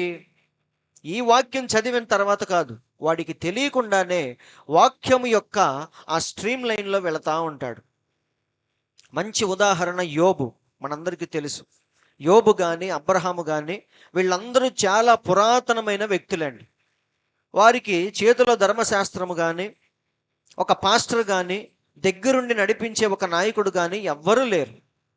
కానీ వాళ్ళు ప్రత్యక్షత ద్వారా వారు అప్పుడే నీతిమంతులుగా జీవించారు. అందుకే బైబిల్లో ఏమనుందంటే, నీతిమంతుడు విశ్వాస మూలముగా జీవించును. కాబట్టి యోబు నీతిమంతుడుగా ఎలా జీవించాడు? విశ్వాసము ద్వారా, అవునా? అబ్రహాము నీతిమంతుడిగా ఎలా జీవించాడు? విశ్వాసము ద్వారా. కాబట్టి అప్పటికి బైబిల్ అనేది లేదు, కానీ బైబిల్ అనేది, వాక్యం అనేది వారిలో ఉంది. కాబట్టి వాక్య ప్రకారముగానే వాళ్ళు జీవించుకుంటూ వెళ్ళిపోతున్నారు. వింటున్నారండి? కాబట్టి సహోదరులారా, దేవుని పిల్లలు ఎక్కడైనా సరే దేవుడు నియమించిన మార్గము ఏది, దేవుని యొక్క ఆలోచనలు ఏంటని తెలుసుకొని వాటి ప్రకారముగా జీవిస్తారు. కానీ మనుషులు ఏంటంటే, వారి సొంతగా ఏర్పరచుకున్న మార్గాల్లోనే వెళతా ఉంటారు. మళ్ళీ దీవెనలు, ఆశీర్వాదాలు రావట్లేదని ఏడుస్తూ ఉంటారు. దేవుడు మమ్మల్ని పట్టించుకోవట్లేదని ఏడుస్తూ ఉంటారు. కానీ వారు ఎప్పుడు కూడా వారి మార్గాలను విడిచి దేవుని మార్గంలోనికి రావటానికి ఇష్టపడరు. కానీ దేవుని యొక్క ఆశీర్వాదములు, దేవుని యొక్క దీవెనలు అన్నీ కూడా వారు కోరుకుంటా ఉంటారు. అవి జరగట్లేదని ఫీల్ అవుతూ ఉంటారు. దేవుడు మమ్మల్ని మర్చిపోయాడని నిష్ఠూరం ఆడుతూ ఉంటారు. కానీ నీ మార్గాన్ని విడిచి నా మార్గంలోనికి రాని దేవుడు అడిగితే మాత్రం ఈరోజు రావటానికి ఎవ్వరు రెడీగా లేరండి. సో వచ్చిన సమస్య అదే. ఎప్పుడు కూడా రెండు పక్కపక్కనే వెళతా ఉంటాయి. మనం ఏర్పరచుకున్న మార్గములు దేవుడు ఏర్పరిచిన మార్గములు. వింటున్నారండి? మనం ఈ మార్గంలోనే వెళతా ఉంటాం, కానీ మోకరించి ప్రార్థన చేసి దేవుణ్ణి దీవించమని అడుగుతూ ఉంటాం. దీవెనలు రావు, నీ అవసరాలు దేవుడు తీర్చడు, నిన్ను పట్టించుకోడు. ఎందుకని? నువ్వు ఎక్కడుండి అడుగుతున్నావు. మనం ఏం చేయాలి? ఈ మార్గంలోనికి రావాలి. అందరూ ఆలకిస్తున్నారండి. నువ్వు ఏ పని చేయాలన్నా దానికి దేవుడు ఏర్పరిచిన మార్గం ఒకటి ఉంటుంది. నువ్వు ఇల్లు కట్టాలన్నా, నీ వ్యక్తిగత జీవితాన్ని కట్టుకోవాలన్నా, సంఘాన్ని కట్టాలన్నా, ఏం చేయాలన్నా సరే దేవుని యొక్క మార్గం ఏంటి, దేవుడు ఏర్పరిచిన విధానం ఏంటో నువ్వు తెలుసుకొని ఆ విధానంలో నేను వెళ్ళాలి. అప్పుడు మాత్రమే దేవుడు నీకు రెస్పాండ్ అవుతాడు. నువ్వు ప్రార్థన చేసినప్పుడు దేవుడు వింటాడు, నీకు సమాధానాన్ని ఇస్తాడు. కానీ మనం ఎక్కడే ఉండి దేవుణ్ణి ఇందులోకి రమ్మని అడుగుతా ఉంటాం. అది ఎప్పుడు మనం చేయకూడదు. అందరూ వింటున్నారండి. ఎందుకంటే మన మార్గములు ఏదో ఒకరోజు ఏమైపోతాయి, ఇవి నాశనానికి దారి తీస్తాయి. కాసేపు బాగానే ఉంటాయండి. అవ్వ ఆదాములు పెట్టుకున్న ఆకులు ఎలా ఉన్నాయి? అంజూరపు ఆకులు చుట్టుకున్నారు వాళ్ళు పాపం చేసినప్పుడు. అవి కాసేపు బాగానే ఉన్నాయి. కానీ సమయం గడిచే కొద్దీ, ఎండ వేడెక్కే కొద్దీ ఆకులు ఏమైపోతున్నాయి అంటే ఎండిపోతున్నాయి, రాలిపోతున్నాయి, ఊడిపోతున్నాయి. మొత్తానికి వారి సిగ్గు ఒకరోజు బయటకు వచ్చిందా రాలేదా? ఎందుకంటే అవి మానవుడు ఏర్పరిచిన మార్గము. అవి కాసేపే బాగుంటాయి, కానీ తర్వాత ఏమైంది? మళ్ళీ వారు దిగంబరులుగా మారిపోయి తోట చెట్ల మధ్య వాళ్ళు తిరుగుతూ ఉన్నారు. అప్పుడు దేవుడు వచ్చి పిలుస్తున్నాడు. ఏమని? ఆదామా ఆదామా ఎక్కడున్నావంటే వాళ్ళిద్దరు ఏమని చెప్పారు? ప్రభువా, నీ స్వరము మేము విన్నప్పుడు దిగంబరులుగా ఉన్నాము, అందుకే రావటానికి భయపడుతున్నామని చెప్పారు. అవునా? అప్పుడు దేవుడు ఏమన్నాడు? అసలు మీకు దిగంబరులుగా ఉన్నారని ఎవరు చెప్పారు? కొంపదీసి ఆ పండు ఏమన్నా తిన్నారా అని అడిగాడా? అడగలేదా? కాబట్టి సహోదరులారా, దేవుడికి డౌట్ వచ్చేసింది. సిగ్గు తెలిసిందంటే సిగ్గు తెలిసే పని ఏదో చేశారు. సిగ్గు తెలిసే పని ఏంటి అంటే వ్యభిచారం మాత్రమే. లైంగిక చర్య ద్వారానే వారి సిగ్గేంటో వారికి తెలిసేది. వింటున్నారండి? అందుకే నేను మీకు ఎప్పుడు చెప్తా ఉంటాను, పసిపిల్లలకి సిగ్గు తెలియదు. అందుకే వాళ్ళు బట్టలు లేకపోయినా రోడ్ల మీద తిరుగుతా చక్కగా ఆడుకుంటా ఉంటారు. కానీ యుక్త వయసు వచ్చిన తర్వాత, పాపం అంటే ఏంటో తెలిసిన తర్వాత వాడు సిగ్గుపడతా ఉంటాడు. బట్టలు లేకుండా తిరగాలంటే వాడు సిగ్గుపడతాడు. ఎందుకంటే ఆ కార్యం ఏంటో వాడికి తెలిసింది కాబట్టి. అందుకే దేవుడు అంటున్నాడు, మీకు బట్టలు లేవన్న విషయం ఎవరు చెప్పారు? నేను తినవద్దని చెప్పిన వృక్షఫలాన్ని తిన్నారా ఏంటి అని అడుగుతాడు. కాబట్టి సహోదరులారా, వారు కట్టుకున్న ఆకులు, వారు చుట్టుకున్న ఆకులు ఎంతసేపు ఉన్నాయి? కాసేపే, ఊడిపోయింది. అప్పుడు దేవుడు వచ్చి మళ్ళీ ఏం చేశాడు? వారిద్దరికి ఒక గొర్రె పిల్లను వధించి దాని యొక్క చర్మాన్ని చీల్చి లాగి వారికి ఎప్పుడైతే చుట్టాడో అప్పుడు వారి సిగ్గు నిజంగా కప్పబడింది. ఇది దేవుడు ఏర్పరిచిన మార్గం. ముందు వాళ్ళు ఏం చేశారు? వారి సొంత మార్గంలో వెళ్ళారు. మధ్యలో ఏమైపోయినాయి? అయ్యి కూలిపోయినాయి, రాలిపోయినాయి, సిగ్గు బయటకు వచ్చింది. వింటున్నారండి? అందుకు దేవుడు దిగివచ్చి మళ్ళీ ఆయన మార్గములో వారికి ఎప్పుడైతే సిగ్గును కప్పాడో పర్మనెంట్గా వారి సిగ్గు కప్పబడింది. వింటున్నారండి? కాబట్టి మనుషులు ఏం చేయాలి? చేసే ప్రతి పనిలో దేవుని మార్గం ఏంటి, దేవుని ఆలోచన ఏంటి, దేవుని చిత్తం ఏంటి ఆలోచించి అప్పుడు మనం ముందడుగేస్తే ఖచ్చితంగా మనం సక్సెస్ అనేది చూస్తాం. కానీ నీ సొంత ఆలోచనలో, నీ తెలివితేటలో వాటికి ఎప్పుడైతే నువ్వు విలువిస్తావో ఒకరోజు ఖచ్చితంగా అవి ఏమైపోతాయి? కూలిపోతాయి. కాబట్టి లోకమైతే అలా వెళతా ఉంటుంది. కానీ దేవుడు మనల్ని ప్రేమించి వధువని చెప్పుకునే మనకి మాత్రం దేవుడు నొక్కి నొక్కి చెప్తున్నాడు. ఏమనంటే, నా మార్గంలోనికి రండి, నా ఆలోచనల ప్రకారముగా మీ జీవితాలను కట్టుకోండి అని. అవునా? ఇప్పుడు దేవుడు పుట్టినప్పుడు ముగ్గురు జ్ఞానులు బయలుదేరారు. ఎక్కడి నుంచి? తూర్పు దేశాల నుంచి బయలుదేరారు. అవునా? తూర్పు దేశాల నుంచి. బెత్లెహేము ఎక్కడుంది? ఈ భూగోళానికి మధ్యలో ఉంది. వీరు ఎక్కడి నుంచి బయలుదేరారు? ఈస్ట్ నుంచి బయలుదేరారు, తూర్పు దేశాల నుంచి. సో వాళ్ళు మొత్తానికి రావటానికి 2 సంవత్సరాలు పట్టింది, మనందరికీ తెలుసు. అయితే ఇక్కడ ప్రవక్త చెప్తున్నాడు చూడండి, ఎప్పుడైతే దేవుడు పుట్టాడో వారికి అర్థమైపోయింది, ఎవరో మహాత్ముడు పుట్టాడు, ఖచ్చితంగా ఆయన్ని మనం చూడాలి, తెలుసుకోవాలి అని. వాళ్ళు ప్రయాణమై బయలుదేరారు. కానీ ఎలా వెళ్ళాలి, ఎన్ని రోజులు వెళ్ళాలి, ఏది వారికి తెలియదు. అప్పుడు దేవుడు ఏం చేశాడంటే, ఆశ కలిగిన ప్రాణాన్ని తృప్తిపరిచే దేవుడు మన దేవుడు కాబట్టి వారిలో ఉన్న ఆశను గమనించి వారికి మార్గాన్ని చూపటానికి ఇక్కడ ఒక మార్గదర్శిని సెట్ చేశాడు. ఏంటది? ఆకాశములో ఉన్న ఒక స్పెషల్ నక్షత్రం అది. అన్ని నక్షత్రాలు లాంటిది కాదండి. సైంటిఫిక్గా చాలామంది ఏం చెప్పారంటే గ్రహాల కూటమి అని చెప్పారు. కొన్ని గ్రహాలన్నీ ఒకే లైన్లోకి వస్తే ఒక గొప్ప వెలుగు సంభవించిద్ది.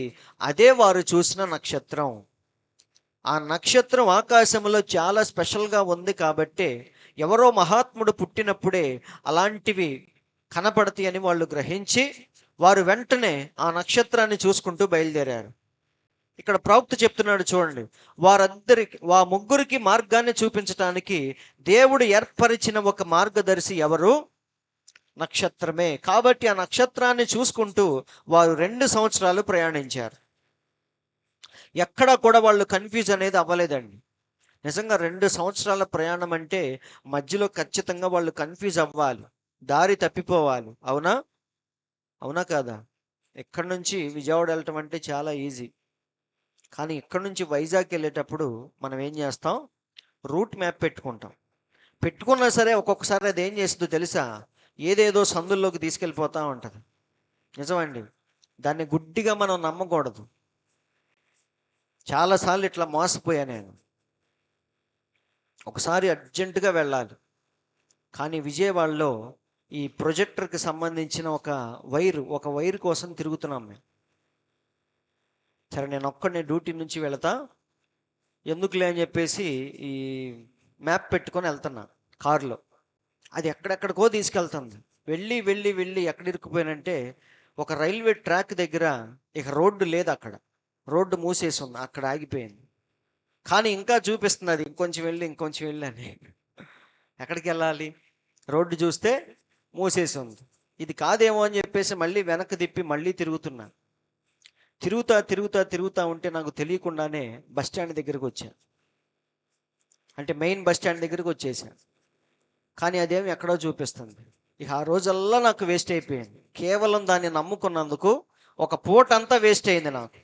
కాబట్టి మ్యాప్లు అనేవి సరిగ్గా మనకు అప్పుడప్పుడు చూపించవు. కానీ నక్షత్రం మాత్రం ఏం చేసిందంటే వీరందరినీ 2 సంవత్సరాలు చక్కగా నడిపించింది.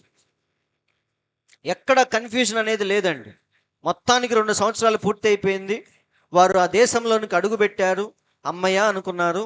ఇప్పుడు డైరెక్ట్ ఏం చేశారంటే వీళ్ళు చేసిన ఒకే ఒక్క తప్పేంటంటే ఎప్పుడైతే ఆ దేశంలోనికి వచ్చారో ఆ నక్షత్రాన్ని విడిచిపెట్టి మనుషుల దగ్గరికి వెళ్ళారు. అంటే దేవుడు ఏర్పరిచిన మార్గంలో నుండి కొద్దిగా ఏం చేశారంటే మనుషులు ఏర్పరిచిన మార్గంలోనికి వెళ్ళారు. వెళ్ళంగానే ఏమైందో తెలుసా? పెద్ద గందరగోళం జరిగింది అక్కడ. హేరోదు రాజు దగ్గరికి వెళ్ళారు. ఏమంటున్నారు? యూదుల రాజుగా పుట్టినవాడు ఎక్కడా అని అడిగారు. దెబ్బకు రాజుగారు షాక్ అయ్యాడు. అరే, నేను ఇక్కడ రాజుగా ఉంటే యూదుల రాజుగా పుట్టినవాడు ఎక్కడా అని అడుగుతున్నారు అని అందరినీ పిలిపించాడు. ప్రధాన యాజకుల్ని, పండితుల్ని, విద్వాంసుల్ని అందరినీ పిలిపించి లేఖనాలన్నీ తిరగేయమని చెప్పాడు. అవునా? దాని ద్వారా ఏమైందంటే ఆ దేశంలోనే పెద్ద కలవరం అనేది వచ్చేసింది. సైలెంట్గా వీళ్ళు వెళ్ళిపోయి ఉంటే ఏ గొడవ ఉండేది కాదు. కానీ దేవుని యొక్క మార్గాన్ని విడిచిపెట్టి మధ్యలో ఏం చేశారంటే మనిషి ఏర్పరిచిన మార్గంలోనికి వచ్చారు. రాగానే ఏమైపోయింది? అసలు మొత్తం గందరగోళం అయిపోయింది. పోనీ ఇంత గందరగోళం జరిగిన అడ్రస్ తెలిసిందా అంటే తెలియలేదు. లాస్ట్లో రాజుగారు ఏమన్నాడు? అయ్యా, మీరు వెళ్ళండి, ఎతకండి, దొరికితే వచ్చి నాకు చెప్పండి, నేను కూడా వచ్చి ఆయన్ని ఆరాధిస్తాను అని చెప్తున్నాడు. కాబట్టి ఈ మాటలన్నీ వినంగానే అప్పుడు వాళ్ళకి అనిపించింది ఏమని? అరే, అనవసరంగా నక్షత్రాన్ని మనం విడిచిపెట్టామే, దేవుడు ఏర్పరిచిన మార్గాన్ని విడిచిపెట్టామే అని అప్పుడు వాళ్ళు బాధపడ్డారు. కానీ వాళ్ళ మనసులో మాత్రం ఆశ అనేది ఫుల్గా ఉంది. కాబట్టి ఆశ కలిగిన ప్రాణాన్ని ఎప్పుడు మన దేవుడు తృప్తిపరిచే దేవుడు. కాబట్టి వారు బయటికి రాగానే ఏం జరిగిందో చూద్దాం. 2:9 మత్తయి సువార్త 2:9. వారు రాజు మాట విని బయలుదేరి పోవుచుండగా ఇదిగో తూర్పు దేశమున వారు చూచిన నక్షత్రము ఆ శిశువు ఉండిన చోటికి మీదుగా వచ్చి నిలుచు వరకు వారికి ముందుగా నడిచెను. నాయకుడు ఎప్పుడు ముందు నడుస్తాడా, వెనకాల నడుస్తాడా? మార్గదర్శి, నడిపించేవాడు ఎప్పుడైనా ముందు ఉంటాడు. కాబట్టి దేవుడు వారి కోసం ఏర్పరిచిన ఒక మార్గదర్శి ఆ నక్షత్రము. కాబట్టి ఆ నక్షత్రం ముందు వెళుతుంది, వీళ్ళు వెనకాల వెళ్తున్నారు. మధ్యలో ఏం చేశారు వాళ్ళు? మానవుడు ఏర్పరిచిన మార్గం ఎలా ఉంటుందో చూద్దామని ఇటు వచ్చారు. కొద్దిగా రాగానే ఏమైపోయింది? మొత్తం ప్రపంచమే గందరగోళంగా మారిపోయింది. వింటున్నారండి? అడ్రస్ తెలియకపోగా వాళ్ళందరూ అక్కడ జుట్లు పీక్కుంటున్నారు. ఏమని? ఎక్కడ ఎక్కడ పుట్టేది? యూదుల రాజు ఎక్కడ? వింటున్నారండి?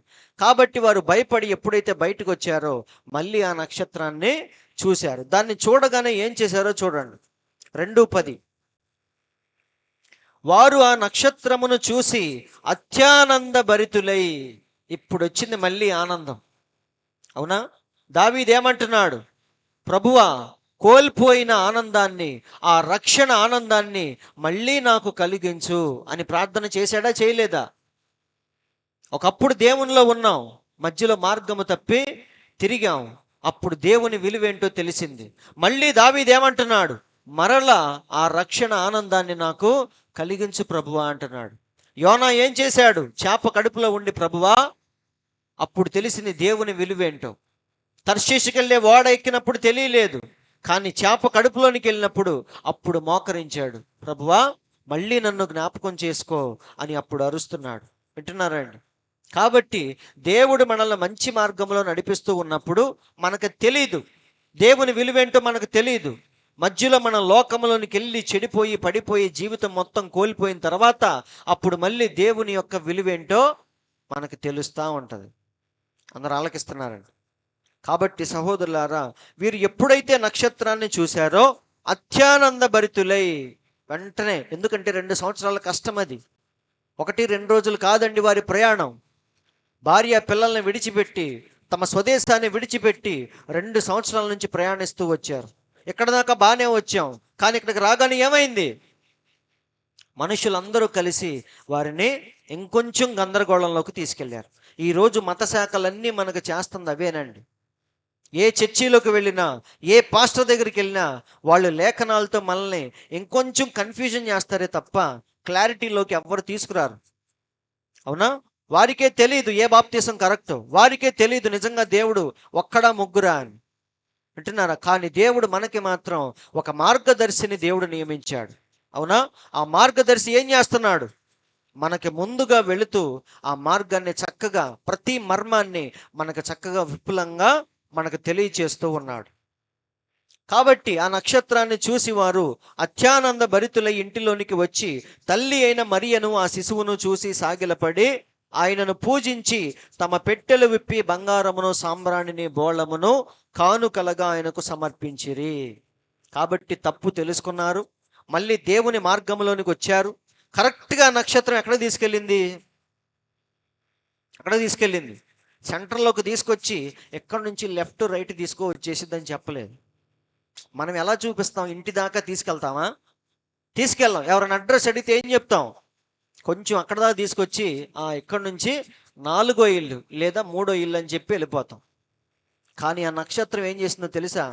ఎక్కడి నుంచి వెళ్ళిపోండి అని చెప్పలేదు, కరెక్ట్గా వచ్చి ఆ ఇంటి మీద నిలిచిందంట. అవునా? ఆ ఇంటిలోనికి వచ్చి అప్పుడు వాడు తల్లి అయిన మరియను, శిశువును చూసి అమ్మయ్య వచ్చిన పని అయిందని అప్పుడు అనుకున్నారు. అదే హేరోదు రాజు దగ్గర కూర్చొని ఉంటే ఏమయ్యేది? కాబట్టి సహోదరులారా, ఇక్కడ మీరు చూడండి, దేవుడు ఏర్పరిచిన మార్గము, మనిషి ఏర్పరచుకున్న మార్గం, ఇది ఎప్పుడు కూడా మనకి తలనొప్పి క్రియేట్ చేసిద్ది, ఒక చోట మనల్ని నాశనము చేసిద్ది. కానీ దేవుని మార్గం మాత్రం చూడటానికి వెర్రితనముగా ఉన్నా సరే ఒకరోజు ఎక్కడికి తీసుకెళ్ళిద్ది? సరైన గమ్యస్థానానికి తీసుకెళ్లేది దేవుని యొక్క మార్గమే. కాబట్టి మనం ఏం చేయాలి? వినటానికి విడ్డూరముగా ఉన్నా, చేయటానికి వెర్రితనముగా ఉన్నా, ఎలా ఉన్నా సరే దేవుని యొక్క ఆలోచన మాత్రమే మనం తీసుకోవాలి.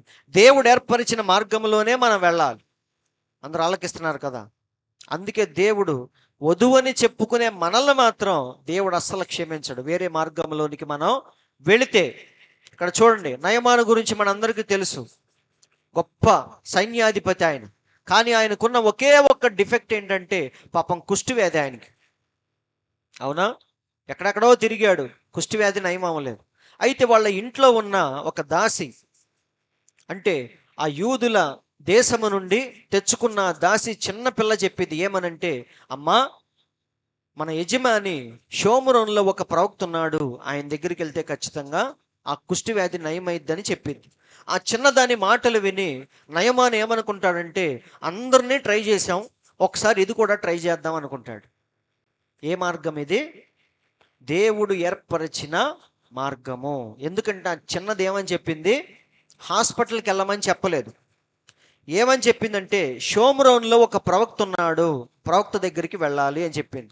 ఎందుకంటే ప్రవక్తల దగ్గర మాత్రమే దేవుని యొక్క వాక్యము, దేవుని యొక్క చిత్తము, దేవుని యొక్క ప్రణాళిక ప్రవక్తల దగ్గరే ఉంటుంది. అవునా? కాబట్టి ఈయన ఏమనుకున్నాడంటే, అన్నీ ట్రై చేశాం కదా, ఇది కూడా ట్రై చేద్దామని గొప్పగా, చాలా గొప్పగా వెళతాడు. వెళ్ళేటప్పుడు మనందరికీ తెలుసు ఆ కథ. ముందు రాజుగారికి చెప్తాడు, రాజా, నేను ఆ ప్రవక్త దగ్గరికి వెళ్ళొస్తాను, పర్మిషన్ ఇవ్వంటాడు. అప్పుడు రాజుగారు ఏమంటాడంటే, సరే, ముందుగా నేను ఉత్తరం రాస్తాను, నువ్వు వస్తున్నామని, తర్వాత వెళ్దువుగానని రాజుగారికి ఉత్తరం రాస్తాడు. నా సేవకుడైన నయమాన్ వస్తున్నాడు, ఆయనకి చేయాల్సినంత జాగ్రత్తగా చేయండి అని ఒక ఉత్తరం రాస్తాడు. ఆ ఉత్తరం చదివి ఇశ్రాయేలు రాజు కోపం తెచ్చుకొని బట్టలు చింపుకుంటాడు. ఎందుకని?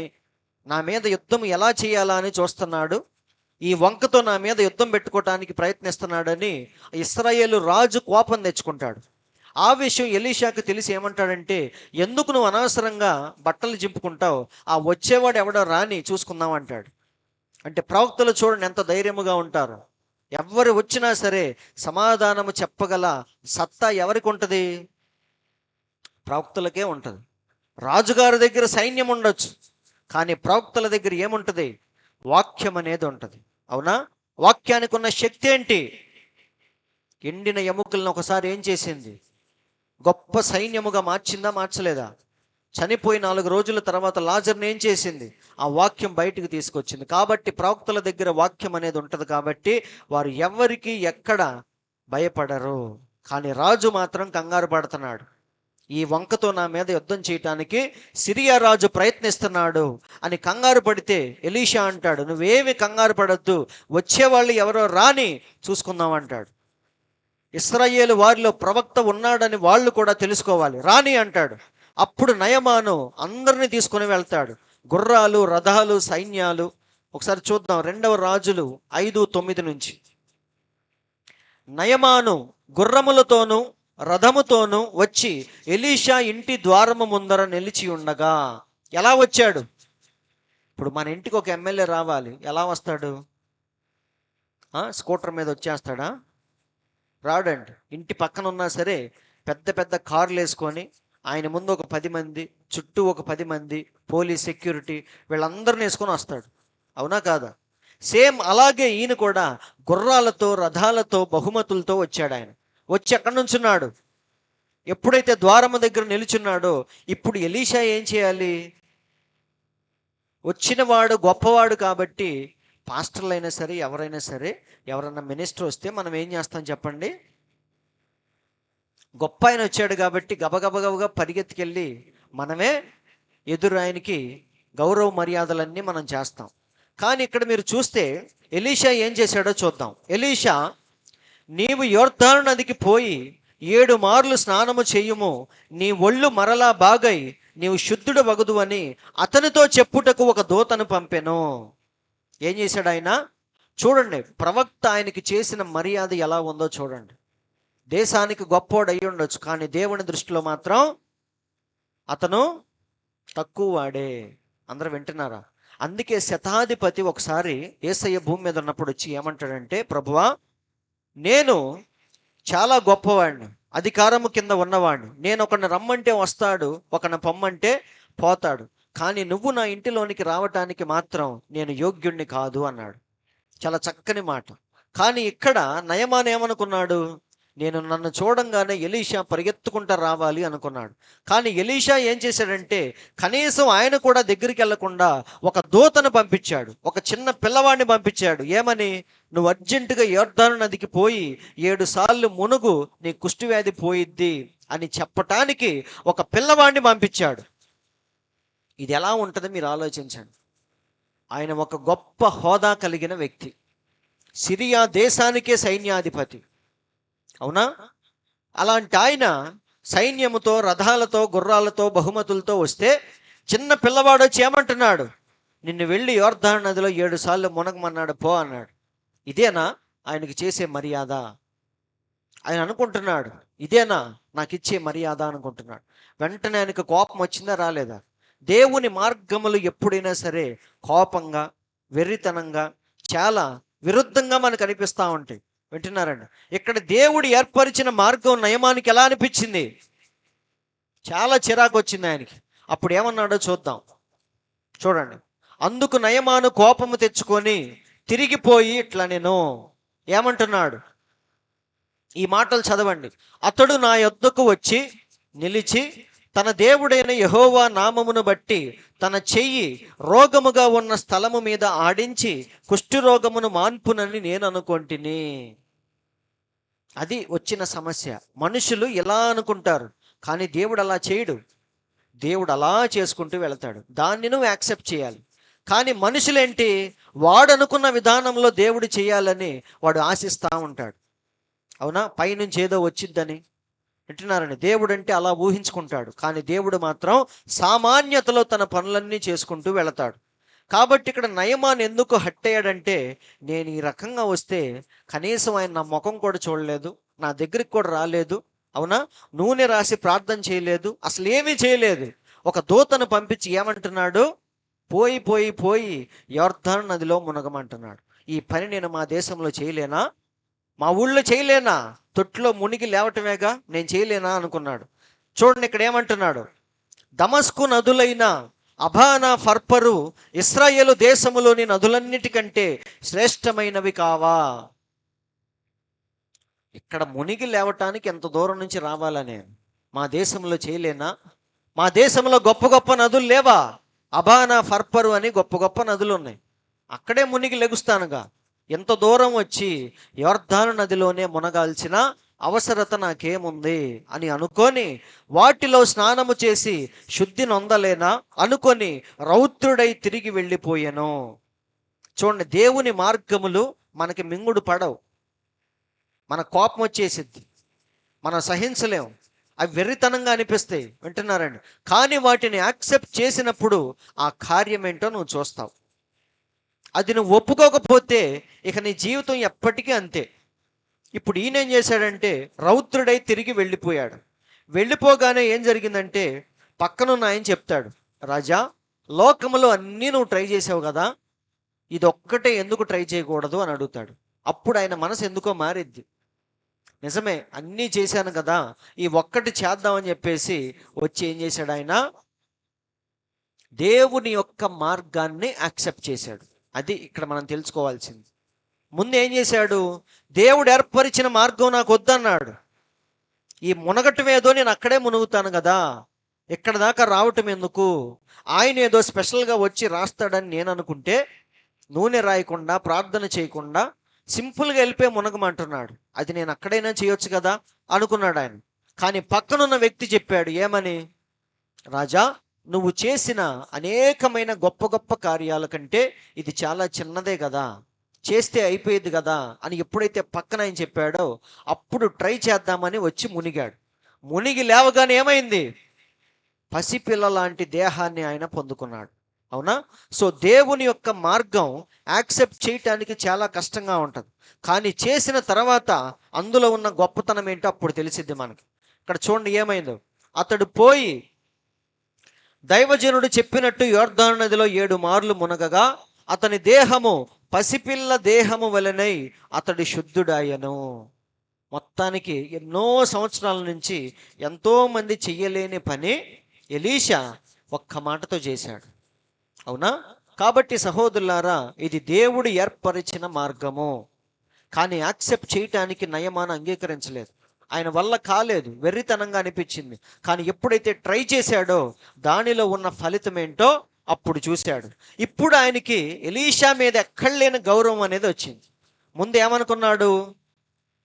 ఆయన చాలా తక్కువగా చూశాడు. కానీ ఇప్పుడు ఒంట్లో అసలైన గౌరవం వచ్చింది. చదవండి. అప్పుడు అతడు తన పరివారముతో కూడా దైవజనుని దగ్గరకు తిరిగి వచ్చి అతని ముందర నిలిచి చిత్తగించుము. ఇందాకేమన్నాడు? ఏంటి మర్యాద, ఏంటి ఈ మాటలేంటి అని రౌద్రుడే తిరిగి వెళ్ళాడా? ఇప్పుడు ఏమంటున్నాడో చూడండి. చిత్తగించుము, ఇశ్రాయేలులో ఉన్న దేవుడు తప్ప లోకమంతటి యందు మరి ఒక దేవుడు లేడని నేను ఎరుగుదును. అది ఇప్పుడు దేవుని శక్తి ఏమిటో కళ్ళారా చూసిన తర్వాత ఇప్పుడు సరైన మాటలు బయటకు వస్తున్నాయి. ఇందాకేమో అహంకారంతో మాట్లాడాడు, తనకున్న అధికారాన్ని బట్టి మాట్లాడాడు. కానీ ఇప్పుడు సరైన శక్తి ఏంటో చూశాడు కాబట్టి సరైన మాటలు ఇప్పుడు మాట్లాడుతున్నాడు. మరి ఒక దేవుడు లేడని నేను ఎరుగుదును. ఇప్పుడు నీవు నీ దాసుడనైనా నా యొద్ద, ఏమంటున్నాడు? నీ దాసుడైన నా యొద్ద అంటే మొత్తం మారిపోయిందా లేదా? అతని వర్షన్ మారిపోయింది, అతని యొక్క లైఫ్ స్టైల్ మారిపోయింది, మొత్తం మారిపోయిందండి. ఎందుకని? దేవుని యొక్క మార్గాన్ని యాక్సెప్ట్ చేసి అందులో ఉన్న శక్తి ఏమిటో చూశాడు కాబట్టి మొత్తం మారిపోయింది. కాబట్టి ఇప్పుడు నీవు నీ దాసుడైన నా యొద్ద బహుమానము తీసుకునవలసినదని అతనితో చెప్పగా, ఇప్పుడు దీన్ని అడ్డం పెట్టుకొని ఎలీషా సొమ్మేమి చేసుకోవట్లేదు. అవునా? ఇప్పుడు లెక్క అయితే ఏం చేస్తాం మనం? నా వల్ల నీకింత మేలు జరిగింది కాబట్టి నువ్వు మా చర్చికి ఏదో ఒకటి చేయని అడుగుతాం. అవునా కాదా? అంతే కదా, మనిషి నైజం అది. ఎవరైనా జనరల్గా అంతే. నా వల్ల నీకింత మేలు జరిగింది కాబట్టి నాకేం చేస్తావో చెప్పు అని అడుగుతాం. కానీ ఇక్కడ ఎలీషా ఏమన్నాడో చూడండి. ఎలీషా, ఎవని సన్నిధిని నేను నిలవబడి ఉన్నానో ఇశ్రాయేలు దేవుడైన ఆ యెహోవా జీవము తోడు నేనేమీ తీసుకొనను అని చెప్పాను. నయమాను అతన్ని ఎంతో బతిమాలినా సరే అతడు ఒప్పకపోయెను. అందరూ ఆలకిస్తున్నారండి. కాబట్టి సహోదరులారా, నిజమైన ప్రవక్త యొక్క లక్షణాలు అలా ఉంటాయి. వాక్య విషయంలో ఎవరిని రాజీ పడనీరు వాళ్ళు. వాడు ఎంత గొప్పవాడైనా సరే వాక్యము ముందు వాడు చిన్నవాడే. కానీ వాక్యాన్ని అడ్డం పెట్టుకొని ఏదో సంపాదించడానికి ప్రయత్నించరు. బిలాం ఏం చేశాడు? రాజుగారు ఇచ్చే బహుమానాల మీద దృష్టి పెట్టాడా, పెట్టలేదా? అవునా? బహుమానం చూసినప్పుడల్లా నోరూరుతుంది ఆయనకి. కానీ ఎలీషా ఎప్పుడు కూడా అలాంటి వాటి మీద ఆశ పెట్టలేదు. అందరూ ఆలకిస్తున్నారు. కాబట్టి అందుకే ఈ సన్నివేశం గురించి యేసయ్య భూమి మీద ఉన్నప్పుడు మళ్ళీ చెప్తున్నాడు. ఈ నయమాను గురించి యేసయ్య భూమి మీద ఉన్నప్పుడు మళ్ళీ ఆయన ప్రస్తావన తీసుకొచ్చాడు. ఒకసారి చదవండి, లూకా సువార్త 4:27.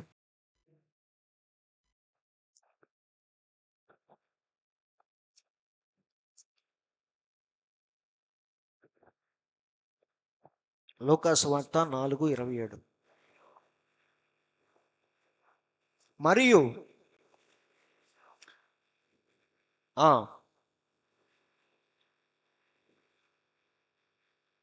ల్యాప్టాప్ ఛార్జర్ ఏది?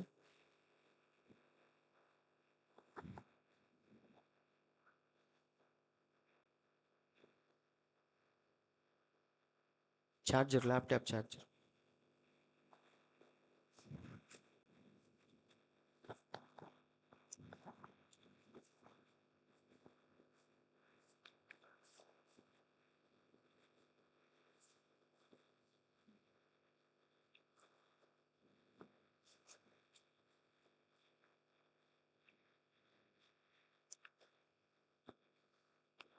చదవండి. మరియు ప్రవక్త అయిన ఎలీషా కాలమందు ఇశ్రాయేలీల్లో అనేక మంది కుష్ఠరోగులు ఉన్నా సరే సిరియా దేశస్థుడైన నయమాను తప్ప మరి ఎవడునూ శుద్ధి నొందలేదని నేను మీతో నిశ్చయముగా చెప్పుచున్నాను.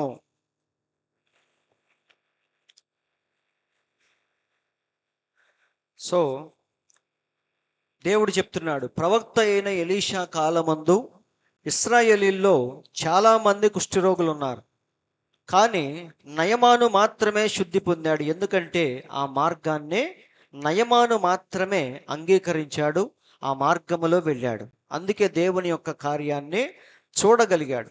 కాబట్టి లోకంలో ఎంతోమంది ఉండొచ్చు, కానీ దాన్ని పొందుకునేవారు, యాక్సెప్ట్ చేసేవారు మాత్రం చాలా తక్కువ మంది ఉంటారు ప్రతి కాలంలో. అందరూ ఆలకిస్తున్నారు. నోవాహు కాలంలో ఎంతమంది? 8 మంది మాత్రమే రక్షించబడ్డారు. అవునా కాదా? ఎందుకంటే వాళ్ళు మాత్రమే దేవుని యొక్క మార్గాన్ని వాళ్ళు స్వీకరించారు. అలాగే 25లో కూడా చూడండి. ఏలియా దినముల యందు ఏలియా భూమి మీద ఉన్నప్పుడు సారేపతు విధవరాలు మాత్రమే పోషించబడింది. ఆ కాలంలో ఎంతో మంది విధవరాలు ఉండొచ్చు, కానీ సారేపతు విధవరాలి దగ్గరికే ఏలియా ఎందుకు పంపించబడ్డాడంటే ఆమె మాత్రమే దేవుని యొక్క మార్గాన్ని స్వీకరించడానికి సిద్ధముగా ఉంది. అందుకే దేవుని యొక్క ప్రవక్త ఆమె దగ్గరికే వెళ్ళాడు. అలాగే ఎంతోమంది కుష్ఠరోగులు ఉండగా నయమానును మాత్రమే దేవుడు స్వస్థపరిచాడు. ఎందుకంటే ఆయన మాత్రమే ఆ మార్గాన్ని అనుసరించాడు, స్వీకరించాడు, దాన్ని ట్రై చేశాడు. కాబట్టి దేవుడు అంటున్నాడు, మీ మార్గాలను విడిచిపెట్టి నా మార్గంలోనికి రండి అంటున్నాడు. ఇక్కడ చూడండి, అబ్రహాము ఆల్రెడీ దేవుని యొక్క మార్గంలోనే ఉన్నాడు ఆయన. అందుకే ఇస్సాకు అడుగుతాడు, అబ్రహాముతో అంటాడు, నాయన మనం బలి అర్పించడానికి అన్నీ ఉన్నాయి, కానీ బలి పశువేది అని అడుగుతాడు. లేదా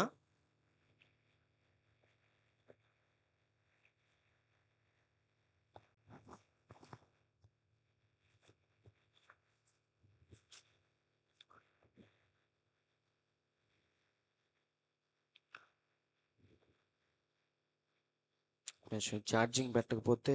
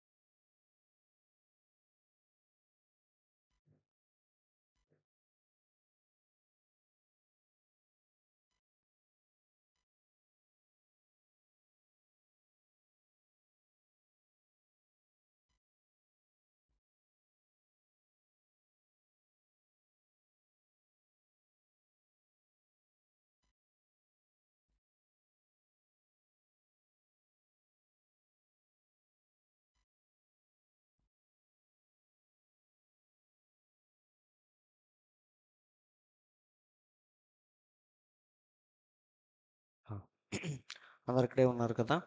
సో అబ్రహాము ఆల్రెడీ దేవుని యొక్క మార్గంలోనే ఉన్నాడు. కాబట్టి ఇస్సాకు అడుగుతాడు, తండ్రి అన్నీ ఉన్నాయి కానీ బలి పశువేది అని అడుగుతాడు. అప్పుడు అబ్రహాం చెప్పిన మాట చాలా అద్భుతంగా ఉంటుంది. అబ్రహాం ఏమని చెప్పాడు? అవన్నీ దేవుడే చూసుకుంటాడు పదా అంటాడు. అవునా? ఎందుకు ఆ మాట చెప్పాడంటే అబ్రహాము ఆల్రెడీ దేవుని యొక్క మార్గంలోనే ఉన్నాడు. కాబట్టి అదంతా కూడా దేవునికే విడిచిపెట్టాడు. ఇస్సాకును చంపేస్తాడో, ఇస్సాకును చంపేసి మళ్ళీ బతికిస్తాడో, లేదా ఇస్సాకు బదులు వేరే దేన్నైనా సిద్ధపరుస్తాడో, అదంతా దేవుడే చూసుకుంటాడు పదా అంటాడు. ఎందుకు ఆ మాట చెప్పాడంటే ఆల్రెడీ అబ్రహాము దేవుని యొక్క మార్గంలోనే ఉన్నాడు. అందరు వింటున్నారు. కాబట్టి దేవుడు ప్రతి కాలంలో కూడా తనకంటూ ఒక సొంత విధానాన్ని దేవుడు కలిగి ఉంటాడు. మనుషుల్ని రక్షించడానికి, మనుషులు ఎలా జీవించాలి, ఇదంతా కూడా దేవుని యొక్క ప్రణాళికలో తన మార్గములను ముందుగానే సిద్ధపరిచి వాటిని ప్రవక్తల ద్వారా మనకు తెలియచేస్తూ వచ్చాడు. నోవాహు కాలంలో దేవుడు ఏర్పరిచిన మార్గం ఏంటి చెప్పండి?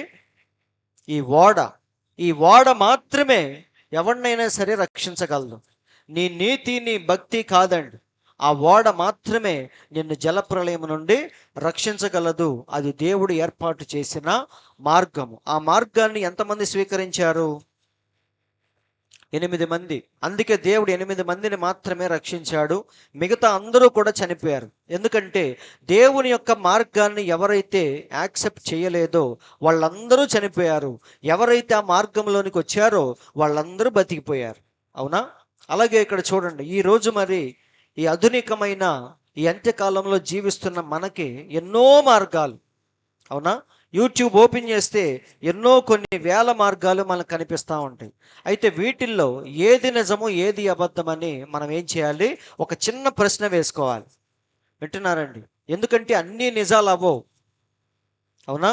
ఇప్పుడు ఒక ఆయన వచ్చి ఒక్కడే దేవుడు అంటాడు, ఇంకొక ఆయన వచ్చి ముగ్గురు దేవుళ్ళు అంటాడు. ఇప్పుడు మీరు దేన్ని నమ్మాలి? ఒక ఖచ్చితమైన మార్గం అనేది ఏదో ఉంటుంది, అదేంటో మనం తెలుసుకోవాలి. అందరూ ఆలోకిస్తున్నారు. అందుకే బైబిల్లో చక్కని మాట ఉంది. ఏమనంటే ఇర్మియా గ్రంథం 6:16 వస్తుంది కదా లైవ్. ఇర్మియా 6:16 యెహోవా ఈలాగు సెలవిచ్చుచున్నాడు, మార్గములలో నిలిచి చూడుడి, పురాతన మార్గములను గూర్చి విచారించుడి, మేలు కలుగు మార్గం ఏది అని అడిగి అందులో నడుచుకునుడి, అప్పుడు మీకు నెమ్మది కలుగును. సో ఈరోజు మనం చూస్తే మన చుట్టూ అన్ని మార్గాలే. ఎంతోమంది పాస్టర్లు, ఎంతోమంది క్రైస్తవులు, అవునా, యూట్యూబ్ ఓపెన్ చేస్తే ఈరోజు ప్రతి ఛానల్లో ప్రతి చోట గొప్ప గొప్ప సేవకులు ఏంటంటో చెప్తా ఉంటారు, అవునా. కొన్ని వేల మంది లైవ్లో వింటూ ఉంటారు. ఇప్పుడు ఇవన్నీ చూస్తూ ఉన్నప్పుడు దేని మీద మన విశ్వాసాన్ని నిలపాలి చెప్పండి? ఏది మనం నమ్మాలి? ఇన్ని వేల మార్గాల్లో దేవుడు అంటున్నాడు, మార్గములలో నిలిచి మనం ఏం చేయాలి? చూడాలి, పరిశీలించాలి. ఏ మార్గము ఎటు వెళుతుందో మనం నిదానించి తెలుసుకోవాలి, అవునా. మేలు కలుగు మార్గం ఏది అని అడిగి అందులో నడుచుకోవాలి. అప్పుడు మనకేం కలిగిద్దంట? నెమ్మది కలుగును. కానీ వచ్చిన సమస్య ఏంటి? అయితే వారు మేము అందులో నడుచుకోమని చెప్పుచున్నారు. ఇదే సమస్య. దేవుడు అన్నిటికీ తన మార్గాన్ని సిద్ధపరిచాడండి. ప్రతి దానికి బైబిల్లో మీరు వెతుక్కుంటే ప్రతి చిన్నదానికి ఒక ప్రొసీజర్ అనేది దేవుడు ఏర్పరిచాడు. కానీ దాన్ని యాక్సెప్ట్ చేయటానికి ఇప్పుడు మనుషులు ఎవరూ సిద్ధంగా లేరు. అదే అంటున్నారు, అయితే వారు మేము అందులో నడుచుకోమని చెప్పుచున్నారు. అందరూ ఆలోకిస్తున్నారండి. కానీ దేవుడు మనల్ని ప్రేమించి, వధువును ప్రేమించి, వధువు కోసమని ఎవరిని పంపించాడు? ఒక మంచి షండుడైన హేగేని దేవుడు పంపించాడు. ఇప్పుడు మనం ఏం చేయాలి? దేవుడు మోషేను నియమించాడు ఇశ్రాయేలీయుల మీద. వాళ్ళందరూ మోషేను యాక్సెప్ట్ చేసి తీరాల్సిందే. తర్వాత దేవుడు యెహోషువను నియమించాడు. వారందరూ యెహోషువను నమ్మి తీరాల్సిందే. ఈరోజు మన కోసం దేవుడు ఒక షండుడైన హేగే అని, ఒక ఏలియాను, ఒక 7వ దూతను మన కోసం పంపించాడు. ఇప్పుడు మనమేం చేయాలి? ఆయన్ని యాక్సెప్ట్ చేసి తీరాలి. ఒకవేళ వద్దు అన్నామంటే మనం ఎవరిని కాదన్నట్టు? ఈయన్ని కాదండి, దేవుణ్ణి మనం రిజెక్ట్ చేసినట్టు. అందుకే ఒకసారి సమూయేలుతో దేవుడు ఏమంటాడంటే, వారు విసర్జించింది నిన్ను కాదు కానీ తమ్మును ఏలకుండా నన్నే విసర్జించారు అని చెప్తాడు. కాబట్టి దేవుడు ఏర్పరిచిన నాయకుల్ని ఎప్పుడైతే మనం తోసేస్తామో, ఎప్పుడైతే మనం వద్దంటామో, అప్పుడు దేవుణ్ణే తోసేసినట్టు. అందరూ వింటున్నారా? కాబట్టి చివరి కాలంలో జీవిస్తున్న మన కోసం దేవుడు చివరి కాలపు దూతను కూడా పంపించాడు. ప్రకటన 10:7 ప్రకారముగా 7వ దూత రావాలి. ఆయన వచ్చి పలికే దినాల్లో ఏమవ్వాలి? సకల సంగతులు సమాప్తం అవ్వాలి, అవునా. అన్ని మర్మాలకు ముగింపు ఆయన మాత్రమే చెప్పాలి. అలాగే ఆయన 7వ దూతగా వస్తాడు. అలాగే ఏలియా ఆత్మతో వస్తాడని మలాకీ గ్రంథంలో చెప్పబడింది. యెహోవా నియమించిన భయంకరమైన ఆ మహాదినము రాకమునుపు నేను ప్రవక్తయగు ఏలియాను పంపిస్తాను. కాబట్టి ఈ కాలానికి వచ్చిన 7వ దూత ఏలియా ఆత్మ చేత నింపబడి మనందరిని ఎటు తీసుకెళ్తాడు? తండ్రుల వైపుకు తీసుకెళ్తాడు. ఎవరు ఆ తండ్రులు? మనందరికీ తెలుసు. ఎవరు వాళ్ళు? ఆది అపోస్తులు. ఎందుకంటే వారు పొందిన పరిశుద్ధాత్మే సత్యస్వరూపి అయిన ఆత్మ, సరైన పరిశుద్ధాత్మ. మిగతావన్నీ కూడా పరిశుద్ధాత్మ లాగా అనిపించే క్రీస్తు విరోధి ఆత్మ, అంటే దురాత్మ. వింటున్నారండి? దురాత్మ అంటే దెయ్యం అనుకుంటాం మనం, అవునా. దెయ్యమే, కానీ ఎలా కనిపిస్తుంది చర్చిల్లో మనకి? క్రీస్తు విరోధి ఆత్మలాగా ఇక్కడ కనిపిస్తుంది, దురాత్మలాగా లోకంలో కనిపిస్తుంది. కాబట్టి వాటి యొక్క రూపం మారిందే తప్ప అసలైంది మాత్రం దుష్టుని యొక్క ఆత్మే. సంఘాల్లోనేమో క్రీస్తు విరోధి ఆత్మలాగా పనిచేస్తుంది, బయటేమో దురాత్మలాగా దెయ్యాల్లాగా తిరుగుతూ ఉంది. కాబట్టి సహోదరులారా, వాటి యొక్క రూపం ఏంటో మనం పసిగట్టాలి. ఎలా పసిగడతామంటే వాక్యము ద్వారా మాత్రమే మనం పట్టుకోగలం. కాబట్టి మనం చేయాల్సిన పని ఏంటంటే మార్గాలలో నిలిచి మనం పరిశీలించాలి. ఈ మార్గము గుండా వెళితే ఎక్కడికి చేరుకుంటాం, ఆ మార్గము గుండా వెళితే మనం ఎక్కడికి చేరుకుంటాం, ఇది ప్రతి ఒక్కడు పరిశీలించాలి. చూడటానికి బాగుంది కదా అని చెప్పేసి వెళ్ళిపోకూడదు, అవునా? ఈరోజు చాలామంది చూడటానికి బాగుందని వెళ్ళిపోతూ ఉంటారు, కానీ వెళ్ళిన తర్వాత వెళ్ళి వెళ్ళి వెళ్ళి చివరిగా వాడు పొందుకునే ఆత్మ ఏది అంటే క్రీస్తు విరోధి ఆత్మను వాడు పొందుకుంటాడు. కాబట్టి సహోదరులారా, చివరి కాలంలో రెండు మార్గాలు మనకు కనిపిస్తున్నాయి. ఒక మార్గం ఏంటంటే 7వ దూత ద్వారా, ఈ గడియ వర్తమానము ద్వారా అపోస్తుల బోధలోనికి మనం వెళ్ళటం, అపోస్తుల యొక్క ఆత్మను మనం పొందటం. ఇంకొక మార్గం ఏంటి అంటే మతశాఖ సిద్ధాంతాలు. ఈ గడియ వర్తమానము కాకుండా వేరే ఏదైనా సరే అది మతశాఖ సిద్ధాంతమే. ఆ సిద్ధాంతాల ద్వారా మనం ఎక్కడికి వెళ్తాం? చివరికి తల్లి ఒడిలోకే మనం వెళతాం. అవునా? పిల్లలందరూ ఒకరోజు ఎక్కడికి రావాలి? తల్లి ఒడిలోకే రావాలి. తల్లి ఎవరు? మహావేశి ఎవరు? తల్లి ఎవరో మనందరికీ తెలుసు. కాబట్టి ఈ మత శాఖలన్నీ, పిల్లలన్నీ ఒకరోజు బైబిల్లో ఉందా లేదా? నేను దాన్ని మంచం పట్టిస్తాను, దాని పిల్లల్ని నిశ్చయంగా చంపుతాను అన్నాడు. అంటే ప్రకటన గ్రంథములో వేశ్య ఉంది, వేశ్యకు పుట్టిన పిల్లలు ఉన్నారు. కాబట్టి ఈ గడియ వర్తమానం వద్దు అనుకుంటే మనం వెళ్ళాల్సింది ఈ మార్గంలోనే. వింటున్నారండి? అది ఏ సంస్థ అయినా అవ్వచ్చు, ఏ శాఖ అయినా అవ్వచ్చు, కొత్తగా నువ్వు స్థాపించుకున్న ఏదైనా సరే చివరిగా వెళ్ళేది దాని ఒళ్ళోకే. కాబట్టి ఫైనల్గా మనం ఏ ఆత్మ పొందుతామంటే క్రీస్తు విరోధి యొక్క ఆత్మను మనం పొందుతాం. ఈ మార్గంలో వెళ్తే ఏ ఆత్మ పొందుతాం? అపోస్తులు ఏదైతే పొందారో పెంతెకొస్తు పండుగ రోజున అదే మనం పొందుతాం. ఎందుకంటే మన ప్రవక్త అదే ఆత్మను పొందాడు, వారిలాగే జీవించాడు, మళ్ళీ మనకి మార్గాన్ని సిద్ధపరిచి వెళ్ళిపోయాడు ఆయన. కాబట్టి అయితే ఇదన్నా మనం యాక్సెప్ట్ చేయాలి, లేదా ఈ మార్గంలో అయినా మనం వెళ్ళాలి. మధ్యలో ఉంటామంటే కుదరదు. వింటున్నారండి? కాబట్టి ఇదే సరైన సమయం. మనం ఏం చేయాలి? ఒక గొప్ప నిర్ణయాన్ని మనం చేయాలి. ఏ మార్గంలో మనం వెళ్ళాలి, ఏ ఆత్మను ఫైనల్గా మనం పొందాలి అని. సో రెండు ఆత్మలు ఉన్నాయి. ఒకటి అపోస్తులు పొందిన పరిశుద్ధాత్మ, రెండవది ఈరోజు సంఘాలను నడిపిస్తున్న క్రీస్తు విరోధి యొక్క ఆత్మ. సో ఈ దినము కొరకు దేవుడు ఏర్పరిచిన మార్గం ఏంటి? ఈ గడియ వర్తమానమే దేవుడు ఏర్పరిచిన మార్గము. అది ఆ పక్క ఉంది, అది దేవుని మార్గం. పక్కన ఇంకో మార్గం ఉంది, ఇది మనుషులు ఏర్పరచుకున్న మార్గము. కొద్ది కాలం బాగానే ఉంటుంది, కానీ చివరిగా నాశనానికి దారి తీసిద్ది. ఆ మార్గం మాత్రం చివరిగా అపోస్తులు పొందిన ఆత్మ దగ్గరికే మనల్ని నడిపించిద్ది. కాబట్టి ఏ మార్గంలో వెళ్ళాలని మనం ఇప్పుడే డిసైడ్ చేసుకోవాలి. సో వీటిలో దేవుడు ఏర్పరిచిన మార్గం ఏది అని మనం పరిశీలిద్దామా వద్దా? నువ్వు నిజంగా బుద్ధిమంతుడు అయితే పరిశీలిస్తావు. ఇక్కడ చూడండి, హోషియా గ్రంథంలో చక్కని మాట రాయబడింది. ముగించబోతున్నా నేను. హోషియా 14:9, జ్ఞానులు ఈ సంగతులు వివేచింతురు, బుద్ధిమంతులు వాటిని గ్రహింతురు. ఏలయనగా యెహోవా మార్గములు చక్కనివి. చక్కనివి అంటే ఏంటి? అందమైనవి అని కాదు, తిన్నని మార్గములు అని. అవునా? యెహోవా మార్గములు యథార్థమైనవి, చక్కనివి. నీతిమంతులు దానిని అనుసరించి నడుచుకొందురు గాని తిరుగుబాటు చెయ్యువారి దారికి అది అడ్డము గనుక వారు తొట్టిల్లుదురు. సో ఈ మార్గం ఎవరికి నచ్చిద్ది? దేవుని పిల్లలకు ఈ మార్గమే నచ్చిద్ది. ఇది వంకరగా ఉండొచ్చు, విరుద్ధంగా ఉండొచ్చు, వెర్రితనంగా ఉండొచ్చు, ఎగతాళిగా ఉండొచ్చు, ఎలా ఉన్నా సరే దేవుని పిల్లలకైతే ఈ మార్గమే నచ్చింది. ఎందుకంటే ఈ మార్గములు చక్కనివి, తిన్నని మార్గములు. అవునా? నీతిమంతులు దాన్ని అనుసరిస్తారు, కానీ తిరుగుబాటు చేయు వారికి మాత్రం అది అడ్డం గనక వారు తొట్టిల్లుతూ ఉంటారు. కాబట్టి సహోదరులారు, ఇప్పుడు మీరు చెప్పండి, ఏ మార్గములో మనం వెళదాం?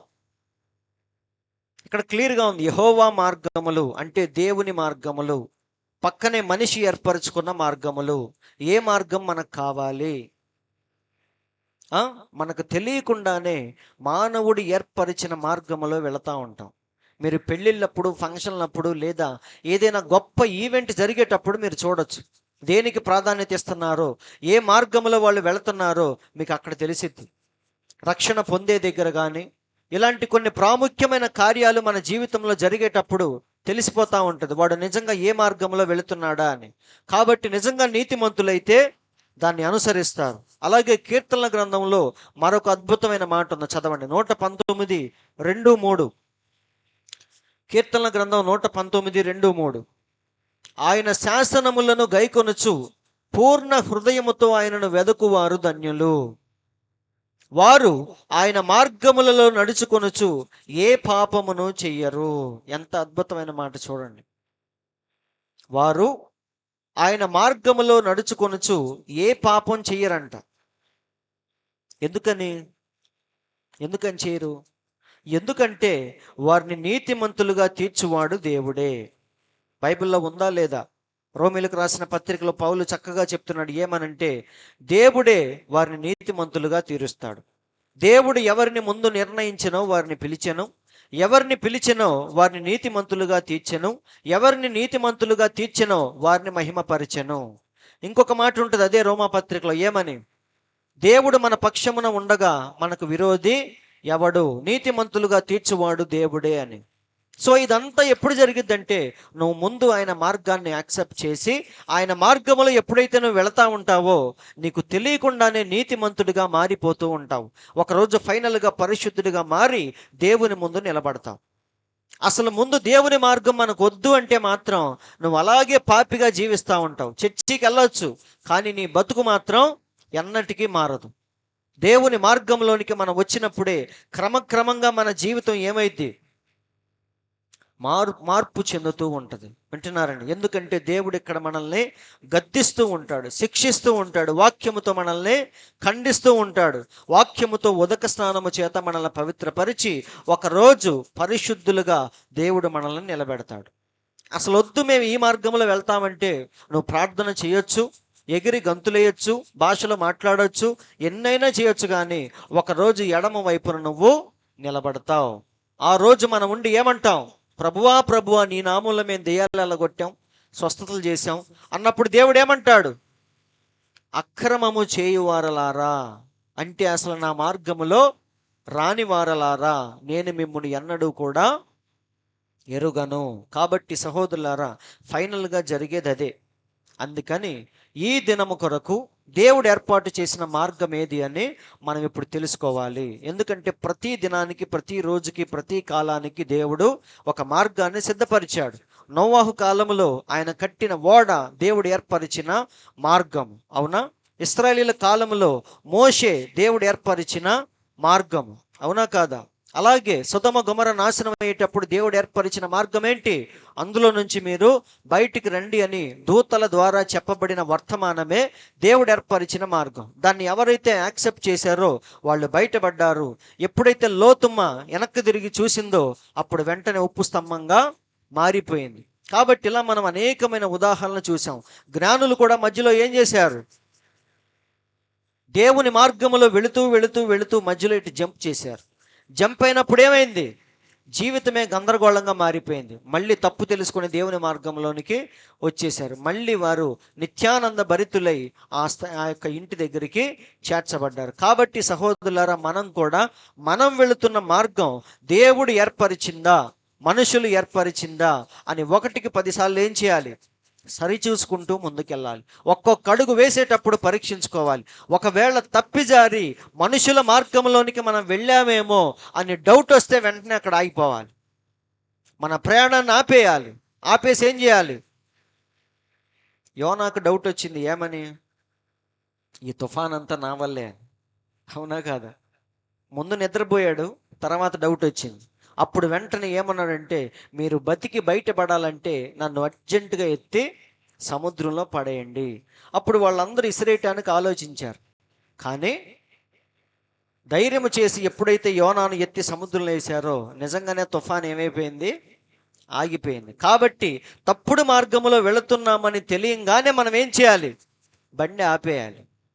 ఆపేసి ఒక్కసారి రీచెక్ చేసుకోవాలి, రీకౌన్సిలింగ్ చేసుకోవాలి. చేసుకొని సరైనది అని కన్ఫర్మ్ అయిన తర్వాత మళ్ళీ వెళ్ళాలి. ఒకవేళ జ్ఞానుల్లాగా తప్పిజారిటి వచ్చామని తెలిస్తే మళ్ళీ ఏం చేయాలి? దేవుడు ఆల్రెడీ బయట ఉంచాడు నక్షత్రాన్ని, మార్గదర్శిని. అక్కడికి మనం పరిగెత్తుకుంటూ రావాలి. లేదు ఇదే బాగుంది అనుకుంటే మాత్రం ఒకరోజు ఎక్కడికి వెళ్ళిపోతాం? నదులన్నీ సముద్రంలో కలిసినట్టు మత శాఖలన్నీ ఒకరోజు ఇక్కడే కలుస్తాయి. వింటున్నారండి? ఈ రోజు నువ్వు ఏ కొత్త శాఖలో అయినా ఉండొచ్చు, కానీ ఫైనల్గా మాత్రం నువ్వు వెళ్ళేది ఎక్కడికి? వాడి ఒళ్ళోకి వెళ్తావు. కాబట్టి మనం ఏం చేయాలి? ఈ 2 మార్గాల్లో ఏ మార్గమా అని చెప్పేసి ప్రతిరోజు చూడాలి. ఇప్పుడు కాదు, ఇప్పుడు చూసి అమ్మయ్య నేను వర్తమానంలో ఉన్నానులే అని రిలాక్స్ అయ్యేది కాదు ఇది. ప్రతిరోజు మన మార్గములను సరి చేసుకోవాలి. అందుకే యోబు ప్రతిరోజు పొద్దున్న లేచి బలులు అర్పిస్తున్నాడు. ఏ ఆదివారం ఒక్కరోజు అర్పించవచ్చుగా, వారానికి ఒకసారి అర్పించవచ్చు కదా, కానీ కాదండి. ప్రతిరోజు పొద్దున్నే లేవగానే తన నిమిత్తము తన పిల్లల నిమిత్తము ఆయన బలులు అర్పిస్తూ ఉన్నాడు. అంటే ప్రతిరోజు తన మార్గములను ఆయన పరిశీలించుకుంటూ ఉన్నాడు. కాబట్టి మనం కూడా పరిశీలించుకుందామా, సరైన మార్గములో వెళదామా? ఎందుకంటే ఇది మళ్ళీ వెనక్కి వచ్చి సరి చేసుకునేది కాదండి. నీ జీవితం ఒకరోజు ముగించబడిన తర్వాత మళ్ళీ వెనక్కి వచ్చి ప్రారంభిద్దాం అనుకుంటే అవ్వదు అది. ఇక నువ్వు చచ్చి ఎక్కడికి వెళ్ళాలి? తీర్పులో నిలబడటానికి వెళ్ళిపోవాలి. కాబట్టి మనం ఇప్పుడే ఏం చేయాలి? ఏ మార్గములో మనం ఉన్నాం, ఫైనల్గా ఎక్కడికి మనం చేరుకుంటాం, ఇవన్నీ ఆలోచించుకుంటూ మన ప్రయాణాన్ని ముందుకు కొనసాగిద్దాం. సరేనా? దేవుడి మాటలు దీవించును గాక. అందరం లేచి నిలబడదాం. అందరం లేచి నిలబడి విన్న వాక్యాన్ని బట్టి కొద్ది నిమిషాలు మనం దేవునికి స్తుతులు చెల్లిద్దాం. అందరూ లేచి నిలబడి కొద్ది నిమిషాలు. పరిశుద్ధుడా, పరిశుద్ధుడా, జీవము కలిగిన దేవా, మీకు స్తోత్రములు, స్తోత్రములు, స్తోత్రములు. పరిశుద్ధుడా, నీవు చెప్పిన ప్రతి మాటను బట్టి మీకు వందనాలు తండ్రి.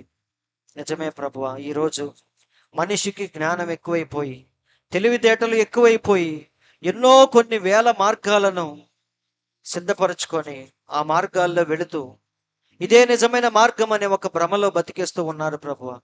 కానీ మమ్మల్ని అయితే నీవు ప్రేమించి ప్రవక్త ద్వారా ప్రభువ వాక్యములో నుండి సరైన మార్గం ఏదో మాకు తెలియజేస్తున్నందుకు స్తోత్రములు తండ్రి.